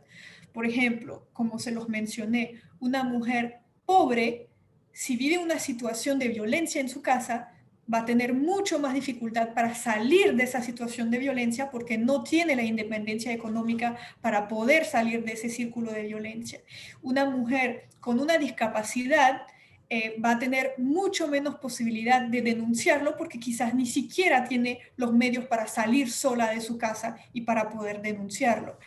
Y además está en una situación de particular vulnerabilidad porque quizás una mujer con una discapacidad cognitiva ni siquiera va a entender que está viviendo una violencia o ni siquiera va a tener la capacidad de poder denunciarlo por una incapacidad de hablar, por ejemplo. Entonces, ahí vemos que nuevamente, a pesar de que obviamente el tema de la violencia es un tema que atinge a todas las mujeres, no nos atinge a todas por igual. Y el último tema del que quería hablar es el tema de que Irma mencionó, es el tema del control, el control sobre nuestro cuerpo y sobre nuestra planificación familiar. En Panamá sigue habiendo, a pesar de que ha habido avances, pero sigue habiendo, digamos, una falta de acceso a los medios para poder planificar los embarazos que las mujeres quieren tener y en el momento en el que lo quieren tener. Muestra de ello es cada año la cantidad de embarazos adolescentes precoces, podríamos nombrarlos, en su gran mayoría indeseados, ya sea porque son frutos de violencia o ya sea porque son frutos de desconocimiento o falta de acceso a medios de anticonceptivos por razones económicas. Entonces ahí nuevamente no estamos todas en una situación de igualdad. No es lo mismo haber estado en un centro de educación privado donde hemos tenido acceso a una información sobre las posibilidades de planificar familiarmente y no haber tenido esa información. Todavía hay mucho desconocimiento en Panamá, a pesar de que parece mentira, pero todavía hay muchas mujeres que desconocen sobre los mecanismos que ellas pueden emplear para evitar tener un embarazo precoz o tener más hijos de los que quisiera. Y también no todas las mujeres tienen la opción porque muchos hombres se niegan a usar ese tipo de instrumentos por prejuicios machistas, digamos, por pensar que cuando se usa un anticonceptivo hay más posibilidad de que las mujeres sean infieles. Por ejemplo, eso es una creencia muy, muy común en nuestro país y en el resto de los países de la región. Y ahí tampoco estamos todas en una situación de igualdad, tener un acceso a mayor educación, tener mayores posibilidades económicas. Los anticonceptivos son caros, chicas, no todo el mundo tiene esa posibilidad. Y ahí nuevamente no estamos todas las mujeres en una situación de igualdad.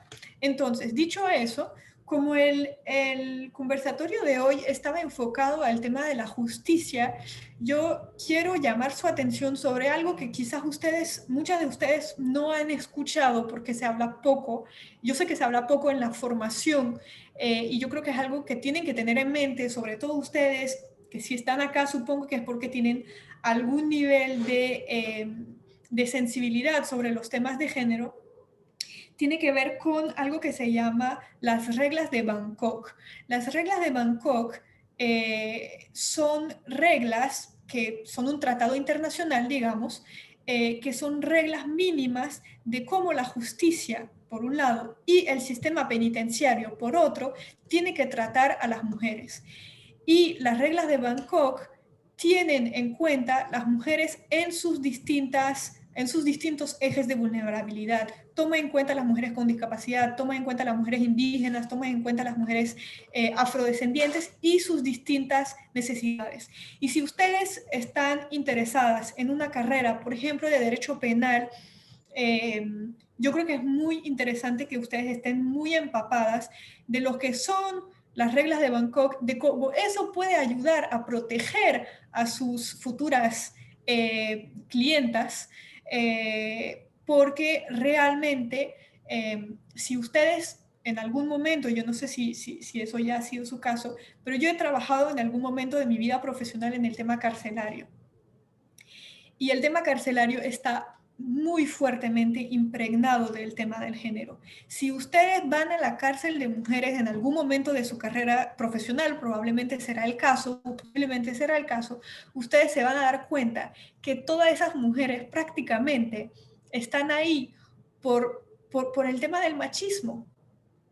Y es exacto, Irma lo dice, por un hombre. Muchísimas de ellas están ahí por un hombre, por su pareja, por un hermano, por un primo, que ellas quieren proteger porque nos han enseñado en nuestra socialización de que la forma de querer de las mujeres es cuidando. Uno no puede querer de otra forma que no sea cuidando a su pareja. Entonces, por lo tanto, si tu pareja está en un lío legal, lo mejor que puedes hacer para él es denunciarte a ti misma y decir que fuiste tú. O incluso si ellas incurrieron en un delito, para ayudarlo, por ejemplo, pasándole droga a la cárcel o cuidándole una provisión de droga, y muchas veces, muchísimas veces lo hacen manipuladas por sus parejas porque desconocen los riesgos o porque simplemente están manipuladas por un tema de sentimental y de amor, y que por amor, ustedes saben que nosotras hemos crecido con el príncipe azul y que por amor se hace todo, incluso parar 12 años a la cárcel. Y chicas, ustedes, si alguna vez les toca esa experiencia, mírenlo con las gafas de género. Si alguna vez van a la cárcel de hombres, miren la fila de hijas, mamás, parejas, amantes, hermanas, que les llevan la comida, que les llevan la ropa limpia, que los van a visitar, a dar cariño, a hacer presencia, que todo eso está muy bien, ¿eh? Y miren la soledad de un día de visita de una cárcel de mujeres, que es absolutamente desolador. No hay nadie un día de visita de una cárcel de mujeres. Las mujeres que están ahí tienen un estigma tremendo, porque ser una mujer, además de todo lo que hemos hablado, ser una mujer delictiva es lo peor que puedes hacer, porque ahí encima vas en contra de todos los estereotipos de lo que es ser una mujer, y eso es terrible. ¿Y por qué les cuento eso? Porque las reglas de Bangkok prevén que los fiscales, las fiscales, los jueces y las juezas deben tomar en cuenta esos temas, deben tomar en cuenta si las mujeres tienen hijos, gracias Natalie, para incurrir justicia. Y varios países de la región, en particular tengo en mente Costa Rica y Ecuador, han hecho reformas a sus leyes penales para tomar en cuenta el tema del género en las penas, para que las penas se adapten a esos temas de género y a las razones por las que los hombres y las mujeres no caen presos por las mismas cosas, y que las mujeres caen presas en su gran mayoría por un hombre. Y yo creo que eso podría ser, digamos, objeto de reforma legal. Irma, ya que estás acá, lanzo la posibilidad, y para las futuras abogadas, para que lo tengan muy, muy presentes a la hora de representar a sus clientas. No sé si tenemos un chin de tiempo, pero les quería presentar algo muy rápido que he estado haciendo y que creo que puede ser interesante en ese tema de la interseccionalidad. Y déjenme compartir pantalla aquí. A ver, capítulo 1. Les muestro, no sé si lo ven. ¿Sí? ¿Ven el cuadro que tengo enfrente mío? Aún no se comparte o sea, sale que está compartiendo pantalla, pero se me ve negro ahora. Quizás. Creo que tienes que escoger ahí ya. Ajá. ¿Ya? Ya. Ok, súper. Entonces, eso ha sido hecho en base a encuestas, y lo que he querido averiguar, lo que he querido investigar, es algo que tiene un poco que ver con lo que mostraba Irma de esos distintos ejes, y quería mirar qué más pesaba en el momento de la vulnerabilidad ante la pandemia. O sea, ¿Será que ser mujer era lo que nos ponía en mayor vulnerabilidad? ¿O será que lo peor era ser indígena, independientemente de si se era hombre o mujer? ¿O será que ser mayor era mucho peor? ¿O será que ser de una minoría religiosa, por ejemplo, ser evangélico o evangélica, era algo peor? Entonces, obviamente la pandemia tenía varias aristas, entonces yo me concentré en tres, que fueron el tema de salud, obviamente, el tema económico, y el tercero, la capacidad de enfrentar la digitalización, ya que muchos procesos laborales y educacionales pasaron a la digitalización, ver qué categorías de la población no eran simplemente capaces de enfrentar esa digitalización porque no contaban con las herramientas básicas para hacerlo. Entonces, no les voy a explicar como con mucho detalle porque no tenemos mucho tiempo y porque les va a aburrir, pero eso es un ejemplo de lo que puede hacer la ciencia social para tratar de entender mejor nuestra realidad. Las cifras que ven en negrita y con estrellitas son las que son estadísticamente significativas, es decir, son las que sí más pesaron. Entonces, si ven, por ejemplo, en el tema de salud, lo que más pesó,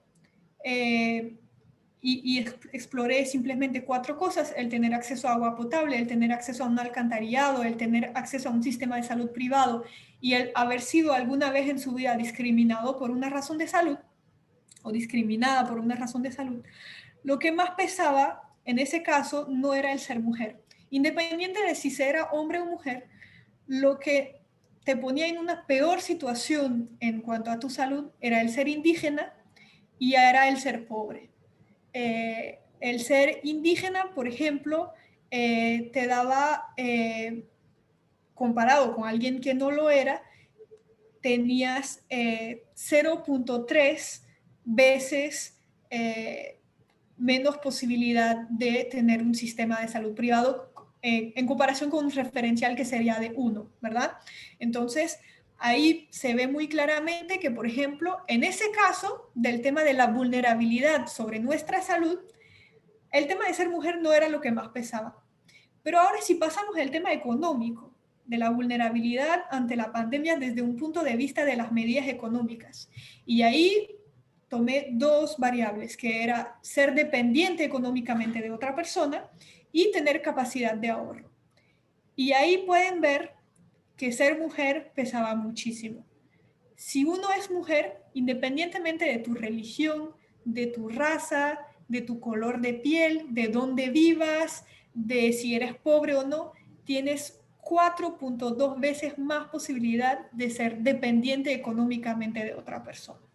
Es decir, ahí realmente el ser mujer pesa muchísimo y pesa más que las otras variables, aunque vivir en una comarca también era importante y ser joven. Las personas jóvenes también tenían mayor capacidad, mayores problemas económicos, pero definitivamente el más importante era el ser mujer.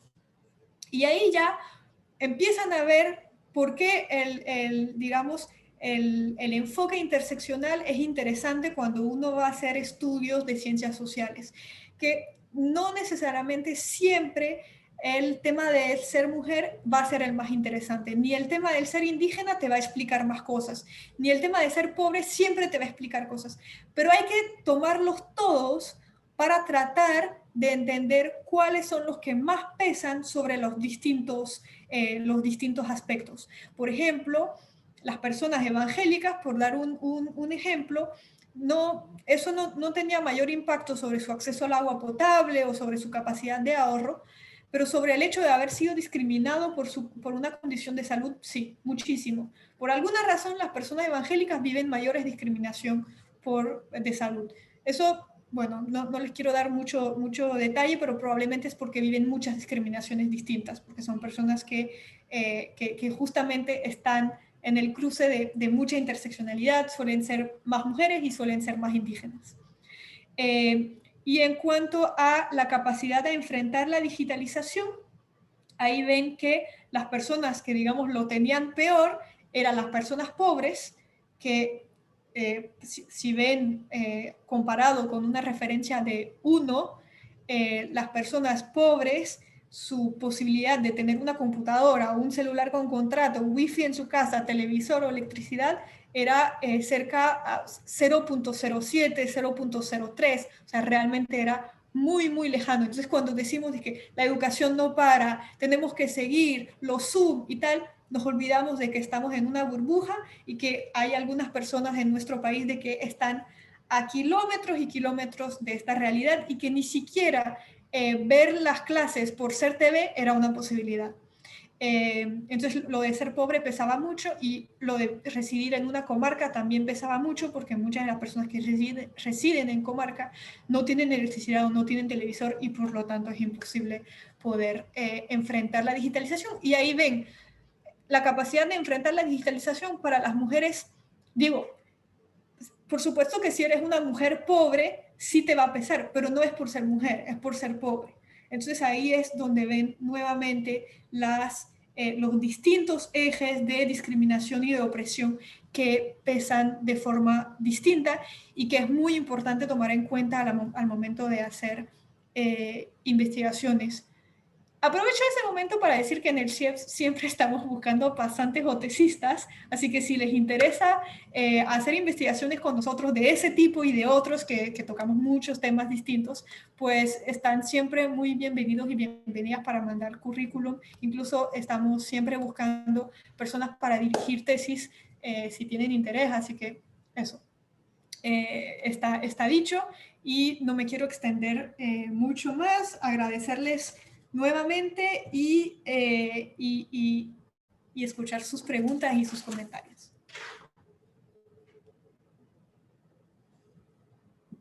Muchas gracias, licenciada Claire, por su intervención. Muchas gracias por hablar sobre un poco, ampliarnos el tema de la interseccionalidad en estos ámbitos de la política, el mercado laboral y la violencia, y darnos esas cifras por poder proporcionarlas, porque hay muchas de esas que desconocíamos.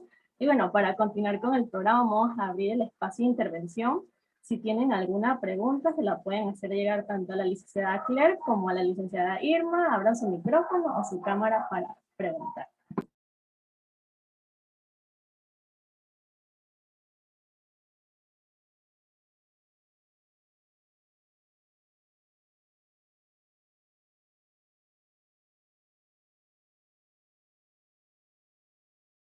A ver, Génesis. Yo tengo una pregunta, pero no sé, para romper el hielo de repente por si a alguien le da pena y no quería como colarme, pero debido a que no hay. Yo tengo una pregunta tanto para la licenciada Irma como para la profesora Claire. Para la licenciada Irma es que yo tengo una duda. Por ejemplo, yo hablando de la interseccionalidad, desde mi privilegio, yo puedo notar cómo las personas de mi alrededor no sufren lo mismo que yo.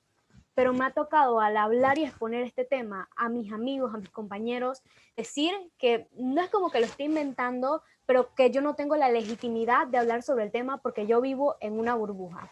Que de repente las personas idóneas para hablarlo, para comentarlo, para publicarlo, son las personas que viven o que no están dentro de la burbuja y como que de repente hablar del tema sería como robarle espacios a las personas que sí sufren de esto.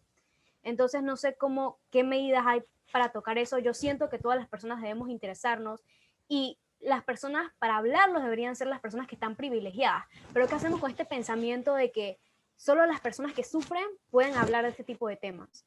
Y también tengo una pregunta para la profesora Claire, que es con respecto al privilegio y a todos los puntos que nos habló anteriormente, como era la representación, como era el mercado, como eran los cuidados.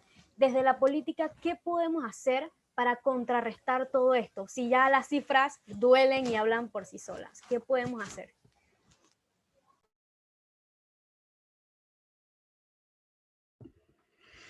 Vale, Génesis, súper válida la pregunta y me gusta mucho. También me la he hecho yo misma, por ejemplo, dije hablar en nombre de las mujeres violentadas, si yo no he sufrido, digamos, una violencia física nunca en mi vida, o hablar de la discriminación racial, si yo no tengo ninguna descendencia afro, por ejemplo. Y es válida hacérsela, pero el privilegio acarrea una responsabilidad. Y no es solo una responsabilidad de hablar del tema y de ser consciente del tema y de estar educada en el tema, sino de incentivar a que verdaderamente la persona que está padeciendo eso que nos preocupa, eso que por lo que nos sentimos empáticas y que podemos sentir el sufrimiento igualmente, aunque no lo suframos, incentivar a que exista el testimonio de su parte, y si no lo hay, siempre hablar desde el reconocimiento del privilegio, es decir, reconocer que tu posición no es necesariamente de una persona que ha estado en circunstancias como esas, pero que tú entiendes que son la mayoría, y ahí las cifras son importantes. Conocer cifras, conocer lugares, conocer directamente nombres de personas que hayan pasado por circunstancias como esta, y de repente también tener la oportunidad de contar historias, ¿me explico? Porque muchas veces esas personas no van a contarlas, no tienen los medios para contarlas, no tienen tampoco la seguridad para contarlas. Entonces, hablar en nombre de ellas, con el respeto de ellas y con el permiso de ellas, puede ser válido.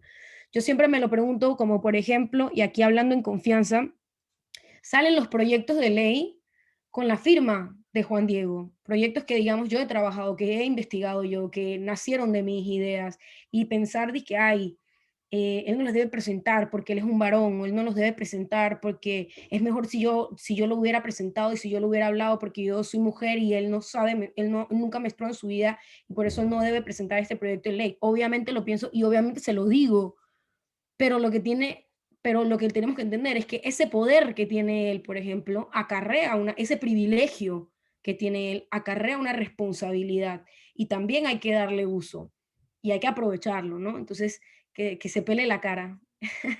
Mentira, mentira. Con mucho respeto, y creo que él también procura hacerlo, siempre diciendo que tiene gente y mujeres que investigan y mujeres que trabajan con él, entonces dar ese espacio, pero reconociendo que lo hacemos desde una posición con un poco de privilegio, ¿no? Solo con eso, con respeto, pues. Es una gran pregunta y es una pregunta difícil. Yo creo que todas nosotras, bueno, quizás algunas de ustedes todavía están en un rol de estudiantes y menos, pero digamos, las que están involucradas en la asociación de estudiantes, Irma, yo, de alguna forma tenemos pequeños momentos, pequeños espacios donde tomamos decisión y donde tenemos el poder de dar micrófono, es decir, de ampliar la voz de otras mujeres. Y yo creo que es importante que en esos momentos y en esos espacios donde tenemos esa oportunidad, esa posibilidad, tratemos de darle lo más que podamos el micrófono, entre comillas, a mujeres que no tienen tanto esa posibilidad. Algunas de ustedes saben que yo, por ejemplo, trabajo en la previa, en TVN Radio. De ahí, por ejemplo, a mí me gusta intentar invitar a invitadas que yo sé que quizás no van a tener la oportunidad todos los días de estar en un programa de radio, porque lastimosamente también nuestros medios de comunicación suelen invitar a personas privilegiadas por una serie de razones. Ustedes en la asociación, por ejemplo, esa chica, esa colega que decía Irma, que es abogada, feminista, Dule, que tiene una gran experiencia de activismo, entiendo, en su comunidad, sería interesantísimo invitarla. Y ahí yo aprovecho para hacer referencia a una pregunta que hicieron anteriormente sobre el tema de cómo posicionarnos frente a las violaciones de derechos humanos en territorios indígenas. Yo creo una gran pregunta sobre la que yo no tengo una respuesta tan fácil, pero lo que sí me viene a la cabeza es que la cultura indígena, hay que tener cuidado, la cultura indígena no es de los varones indígenas. La cultura indígena es de todos y todas en las comunidades indígenas. Y yo no estoy tan segura que las mujeres indígenas reivindiquen como cultura, como normas culturales, cosas violentas. Quizás ellas no lo reivindican como parte de su cultura, simplemente lo identifican como patrones machistas. Y recordando, por ejemplo, algunos eventos, quizás ustedes eran muy chicas, pero hace unos años hubo un encuentro intergeneracional feminista en Panamá, ahí había mujeres indígenas muy activas en sus comunidades, y ellas logran, desde su cosmovisión, desde su cultura, desde sus creencias, combinar su cultura, a la cual no están dispuestas a renunciar en absoluto, con un activismo feminista. Entonces, realmente, mi respuesta sobre eso sería: no nos preguntes a nosotras, no tenemos absolutamente nada que decir sobre eso. Ellas sí, ellas son activistas feministas y activistas indígenas en su comunidad, y seguramente tienen muchas luces sobre cómo podemos combinar ese respeto por la cultura y esa promoción de la cultura con una promoción de los derechos humanos, y en especial el derecho de las mujeres. Y yo lo único que puedo hacer es manifestarle toda mi solidaridad y ayudar en lo que pueda. Eso. ¿Qué es lo que yo espero de los hombres en el movimiento feminista? Creo que alguien preguntaba algo que iba por ahí, un poco cuál debe ser su rol, ¿no? Y su rol, y yo creo que de alguna forma, son bienvenidos para apoyarnos, pero no son bienvenidos para robarnos los micrófonos. Ese movimiento es de nosotras. Entonces, si quieren apoyar, son muy bienvenidos. Y si quieren apoyar, además, poniendo sus privilegios al servicio de esa causa, son muy bienvenidos. Pero eso sí, van a tener que entender que en algún momento a esos privilegios van a tener que renunciar, porque de eso se trata.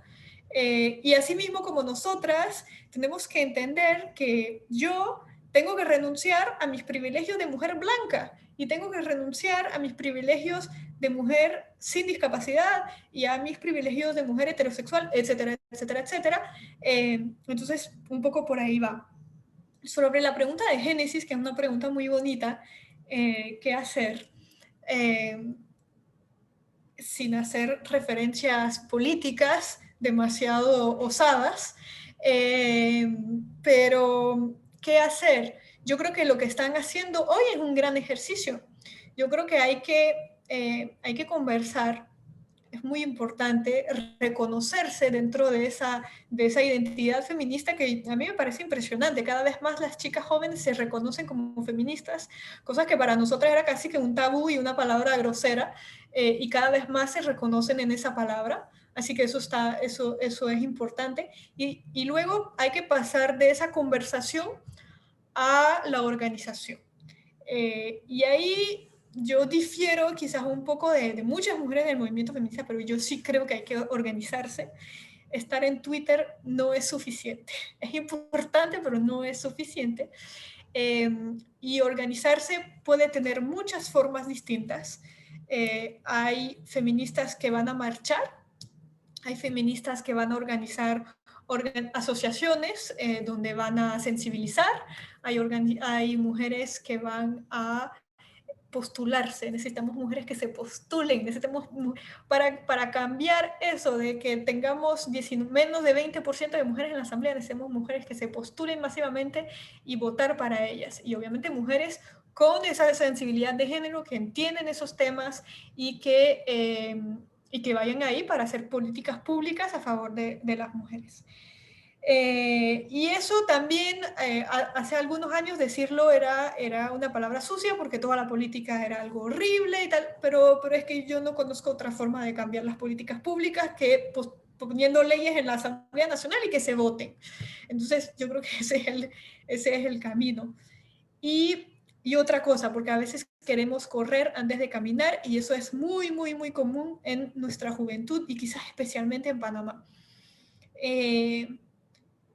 Tienen que formarse, tienen que leer, tienen que estudiar.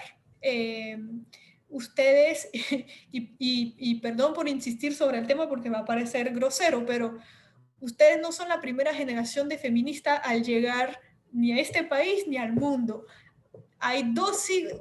Ustedes están sobre los hombros de gigantas. Y no estoy hablando de nosotras, estoy hablando de gigantas de verdad. Conozcan sobre su vida, lean sus libros, entiendan sus historias, sus luchas, por qué hicieron lo que hicieron. Yo creo que eso también es muy importante para reconocer que ese movimiento tiene una historia, que llegó donde está hoy por una razón, y eso les ayuda también a entenderse dentro de esa, digamos, dentro de esa continuidad, y no como algo que acaba de empezar, que a veces es un error, que tendemos a pensar que la gente de antes... Irma decía hace un rato que los papás son boomers. Los papás son boomers, sí, pero yo siempre recuerdo algo y tengo algo muy presente. Aquí la mujer que ha pasado más leyes a favor de la mujer es Teresita Yanis de Arias, tiene más de 80 años, es una abuelita, pero yo creo que para todas nosotras debería ser una heroína. Las leyes, lean un poquito, las leyes que ha pasado esa mujer para que nosotras tengamos algunos derechos de los que antes no gozábamos, es impresionante. Con muchísima valentía y muchísima valentía. Entonces, ha habido grandes heroínas feministas en todas las generaciones y vale la pena conocerlas, digamos, para no empezar de cero, porque no estamos empezando de cero. Ok, muchas gracias a las dos por su intervención. Quisiera saber si alguien más tiene alguna pregunta, la puede hacer ahora. Antonio. Hola, buenas noches. Primero que todo, muchas gracias por las exposiciones. La verdad es que me parecieron bastante interesantes. Lo que yo siempre, lo que me pregunto, y es porque me sucede varias veces con, digamos, que amigos míos, que digamos que yo hablo con ellos y trato de que sientan como más simpatía hacia, digamos, que el mismo movimiento feminista. Y muchos de ellos me preguntan como que, ¿por qué lo debería hacer? O sea, si sienten, o sea, como que, ¿por qué ellos sienten que es como su responsabilidad en sí como hombre? No sé si puede sonar feo o no. Y entonces, básicamente, esa es mi duda. ¿Qué le puedo decir a ese amigo mío con el cual yo hablo para hacerlo entender que es una responsabilidad que él debería como que asumir? Tienes que decirle así, Antonio, y que, amigo, date cuenta. Hay muchas cifras, o sea, la realidad hay que despegar. Ese amigo, por ejemplo, esos amigos, que son muchos, hay que decirles que hay que cuestionarse los privilegios y que tienen que ponerse a ver si una mujer podría hacer las mismas cosas que ellos hacen, si una mujer de su edad podría hacer las mismas cosas que ellos hacen, o que si podían hace mucho tiempo hacerlas, o ver simplemente su casa, que eso es lo que siempre yo hago con mis amigos varones, por ejemplo, y empiezo a preguntarle, ¿tú lavas el baño? ¿Tú alguna vez has lavado un baño? ¿Tú friegas los platos de otra persona que no sean los tuyos? ¿Tú lavas la ropa de personas que no sean tú, de tus hermanas, por ejemplo? O tus hermanas te lavan a ti, o tus hermanas te friegan a ti, o tu mamá te cocina a ti. Cuestionarles cómo funciona la dinámica en el hogar funciona muchísimo. Y te voy a decir, yo tengo novio y me ha costado hablar temas que yo pensaría que por ser un hombre educado, consciente, puede entender, pero al hacer preguntas correctas, y como te digo, y lo dije al principio, no es por cliché, pero hay que tratar de, si nos interesa a la persona de verdad, explicarlo desde el amor y explicarlo con un cierto respeto, porque va a llegar el punto, si la persona es empática y razonable, porque ahí ya también, bueno, si ya no lo quiere creer y bueno, se quiere hacer la vista gorda, punto y aparte, y hay que evaluar las amistades, como les comentaba antes también, van a haber personas que no nos van a entender y lo van a ignorar y no van a responsabilizarse por sus privilegios ni a entender las desventajas en las que viven otras personas. Y ya ante ese pensamiento cuadrado y cerrado es mejor alejarse y separarse que tratar de ir gastando energía en que cambie y eventualmente si tenemos la paciencia y bueno, el amor de hacerlo y hacerlo constantemente muy bien, pero si no, también hay que entender que hay muchos métodos ahorita mismo para educarse y para entender cómo existe la realidad, así que uno hace un trabajo suficiente con tener un acercamiento amable y respetuoso con la persona, ¿no? Y yo creo que dándole ejemplo también, Antonio, dándole ejemplo de que, y hablando de la realidad simplemente con tu amigo y mira, las cifras de violencia, de violaciones van en aumento y las cifras de embarazos precoces van en aumento. O O sea, no podemos separarnos como varones de un problema que nos afecta como sociedad al final, que afecta mi planeación familiar, que afecta la educación de mi país, que afecta la situación laboral y económica del país. O sea, y es simplemente ese nivel de empatía que deberían sentir por nosotras. Entender que no hemos tenido las mismas oportunidades ni las mismas ventajas, que no hemos partido del mismo punto de salida y que, como decía Clara, a veces van a tener que apartarse de ese privilegio y entender que hay que darle paso a las mujeres en igualdad de condiciones, ¿no? Muchas gracias. Ah, no, sí, disculpe. Gracias a ti, Antonio, por la pregunta. Mira, es una pregunta difícil y yo de alguna forma te la agradezco porque las mujeres a veces es tan desgastante estar viviendo el acoso, viviendo las violencias, viviendo las discriminaciones y encima tener que explicar por qué somos feministas. Así que de verdad que si hay hombres que se quieren encargar de esta tarea, yo se lo agradezco muchísimo. Pero sí, también entiendo que no es fácil. Lo que yo creo que puede valer la pena a veces es el humor. El humor puede ayudar. Y poner las situaciones al revés. Y lo leí hace un rato en redes y va a parecer una cosa, y pido disculpas por el tema, que es un poco subido de tono, pero lo leí en redes hace un rato. No me miren con esos ojos, tampoco voy a decir cosas tan graves, pero sí sabemos, yo creo que todo el mundo acá es adulto, y sí sabemos que los hombres en sus redes, en sus grupos de WhatsApp, se comparten, por ejemplo, mucha pornografía. Y a veces no pornografía de una mujer desconocida que han visto en internet. No, mujeres muy reales, sus compañeras de la escuela, de la universidad, la exnovia, cosas por ese estilo. Y yo veía en las redes como, ¿cómo se vería que un grupo de chat de mujeres adultas se compartan pornografía de hombres adolescentes? O sea, nos verían como enfermas, o sea, locas de remate, o que estemos mostrando las fotos desnudas de nuestros novios, pero estas, ¿qué le pasan? Están locas. Y yo creo que simplemente poner las situaciones que son tan naturalizadas al revés, yo creo que eso ayuda mucho a entender como, hey, eso no está cool. O sea, eso no tiene cabida, eso no puede ser, no puede pasar, es una violencia. Y yo creo que todos los hombres, me parece a mí, que son testigos de este tipo de cosas dentro de ese grupo de hombres. Y yo creo que puede empezar con poner reglas y no patrocinar ese tipo de cosas. Y ¿saben qué?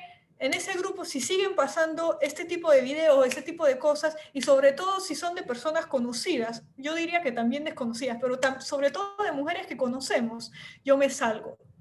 Yo ahí no estoy, yo no patrocino.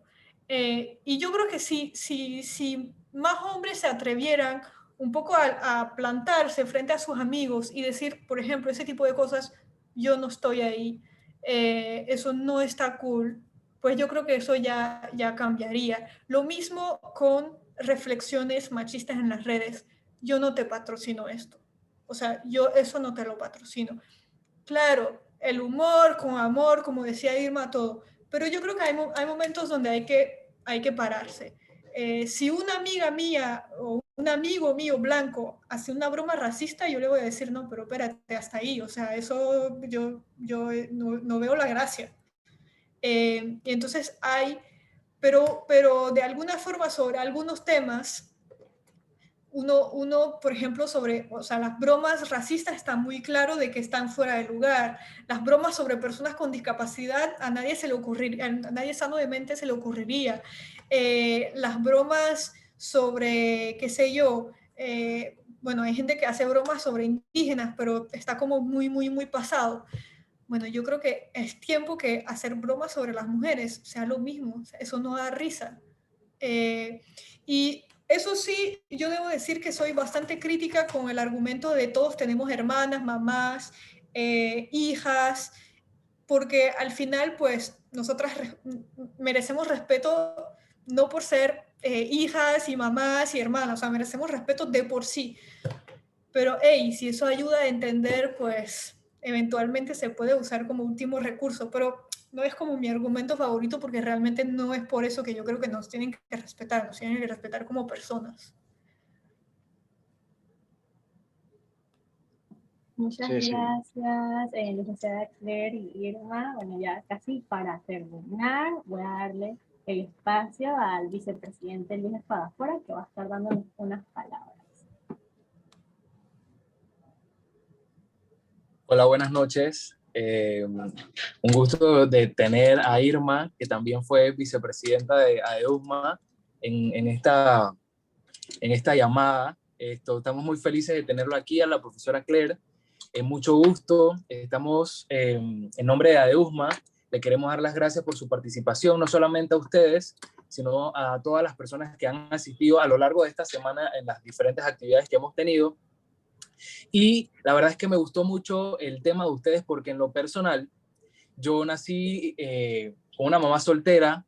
La mayoría de mi vida me crié rodeado de 8 mujeres que todavía están al lado mío, y sé muy bien el significado y el valor que tiene una mujer, y trato de dárselo porque no me gustaría, en lo personal, que vengan y discriminen a mi mamá o a mis primas o a mi tía o a mi abuela o a mi novia por el simple hecho de que es una mujer, y el machismo no le permita a muchas personas en la sociedad, no solamente a los hombres. Hay mujeres que siento que se han dejado influenciar por eso, y no le dan el espacio a las mujeres como se lo merecen. Así que les doy muchas gracias a ustedes, a Irma nuevamente, a la profesora Claire, por estar aquí con nosotros el día de hoy y darnos un poquito de su conocimiento, esclarecernos un poquito más sobre este tema que es de tanta importancia y que en los últimos tiempos ha tomado la relevancia que se merece. Así que muchas gracias, tengan excelente noche, y muchas gracias a todos. Muchas gracias, Luis, por Antes de que Natalie nos dé el cierre, les voy a pedir a todos los que puedan que enciendan su cámara para tomar la foto de despedida como evidencia también. Así que todos los que puedan encenderla. Puros guapos y guapas.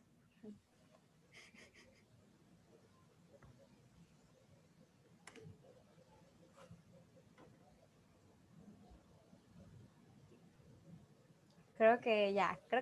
Sí, cierto. Bueno, listo. Natalie, continúa. Disculpa por interrumpirte. No pasa nada, no pasa nada. Reitero, muchas gracias, licenciada Irma, licenciada Claire, por sacar de su tiempo para explicarnos este tema tan importante que todo el mundo debería saber. Antes de cerrar, me gustaría decir una frase de reflexión para que se lleguen a descansar. Mientras haya una mujer sometida, nunca seré una mujer libre. Audre Lorde. Les dejo esa reflexión para que se lo lleven. Igual los invito para que mañana participen en nuestro día de cierre que estará haciendo en la mañana. Muchas gracias. Muchísimas gracias. Gracias a ustedes. Gracias, adiós. Gracias, chicas y chicos. Chao, Claire, nos vemos, ahí te contacto. Dale. Bye.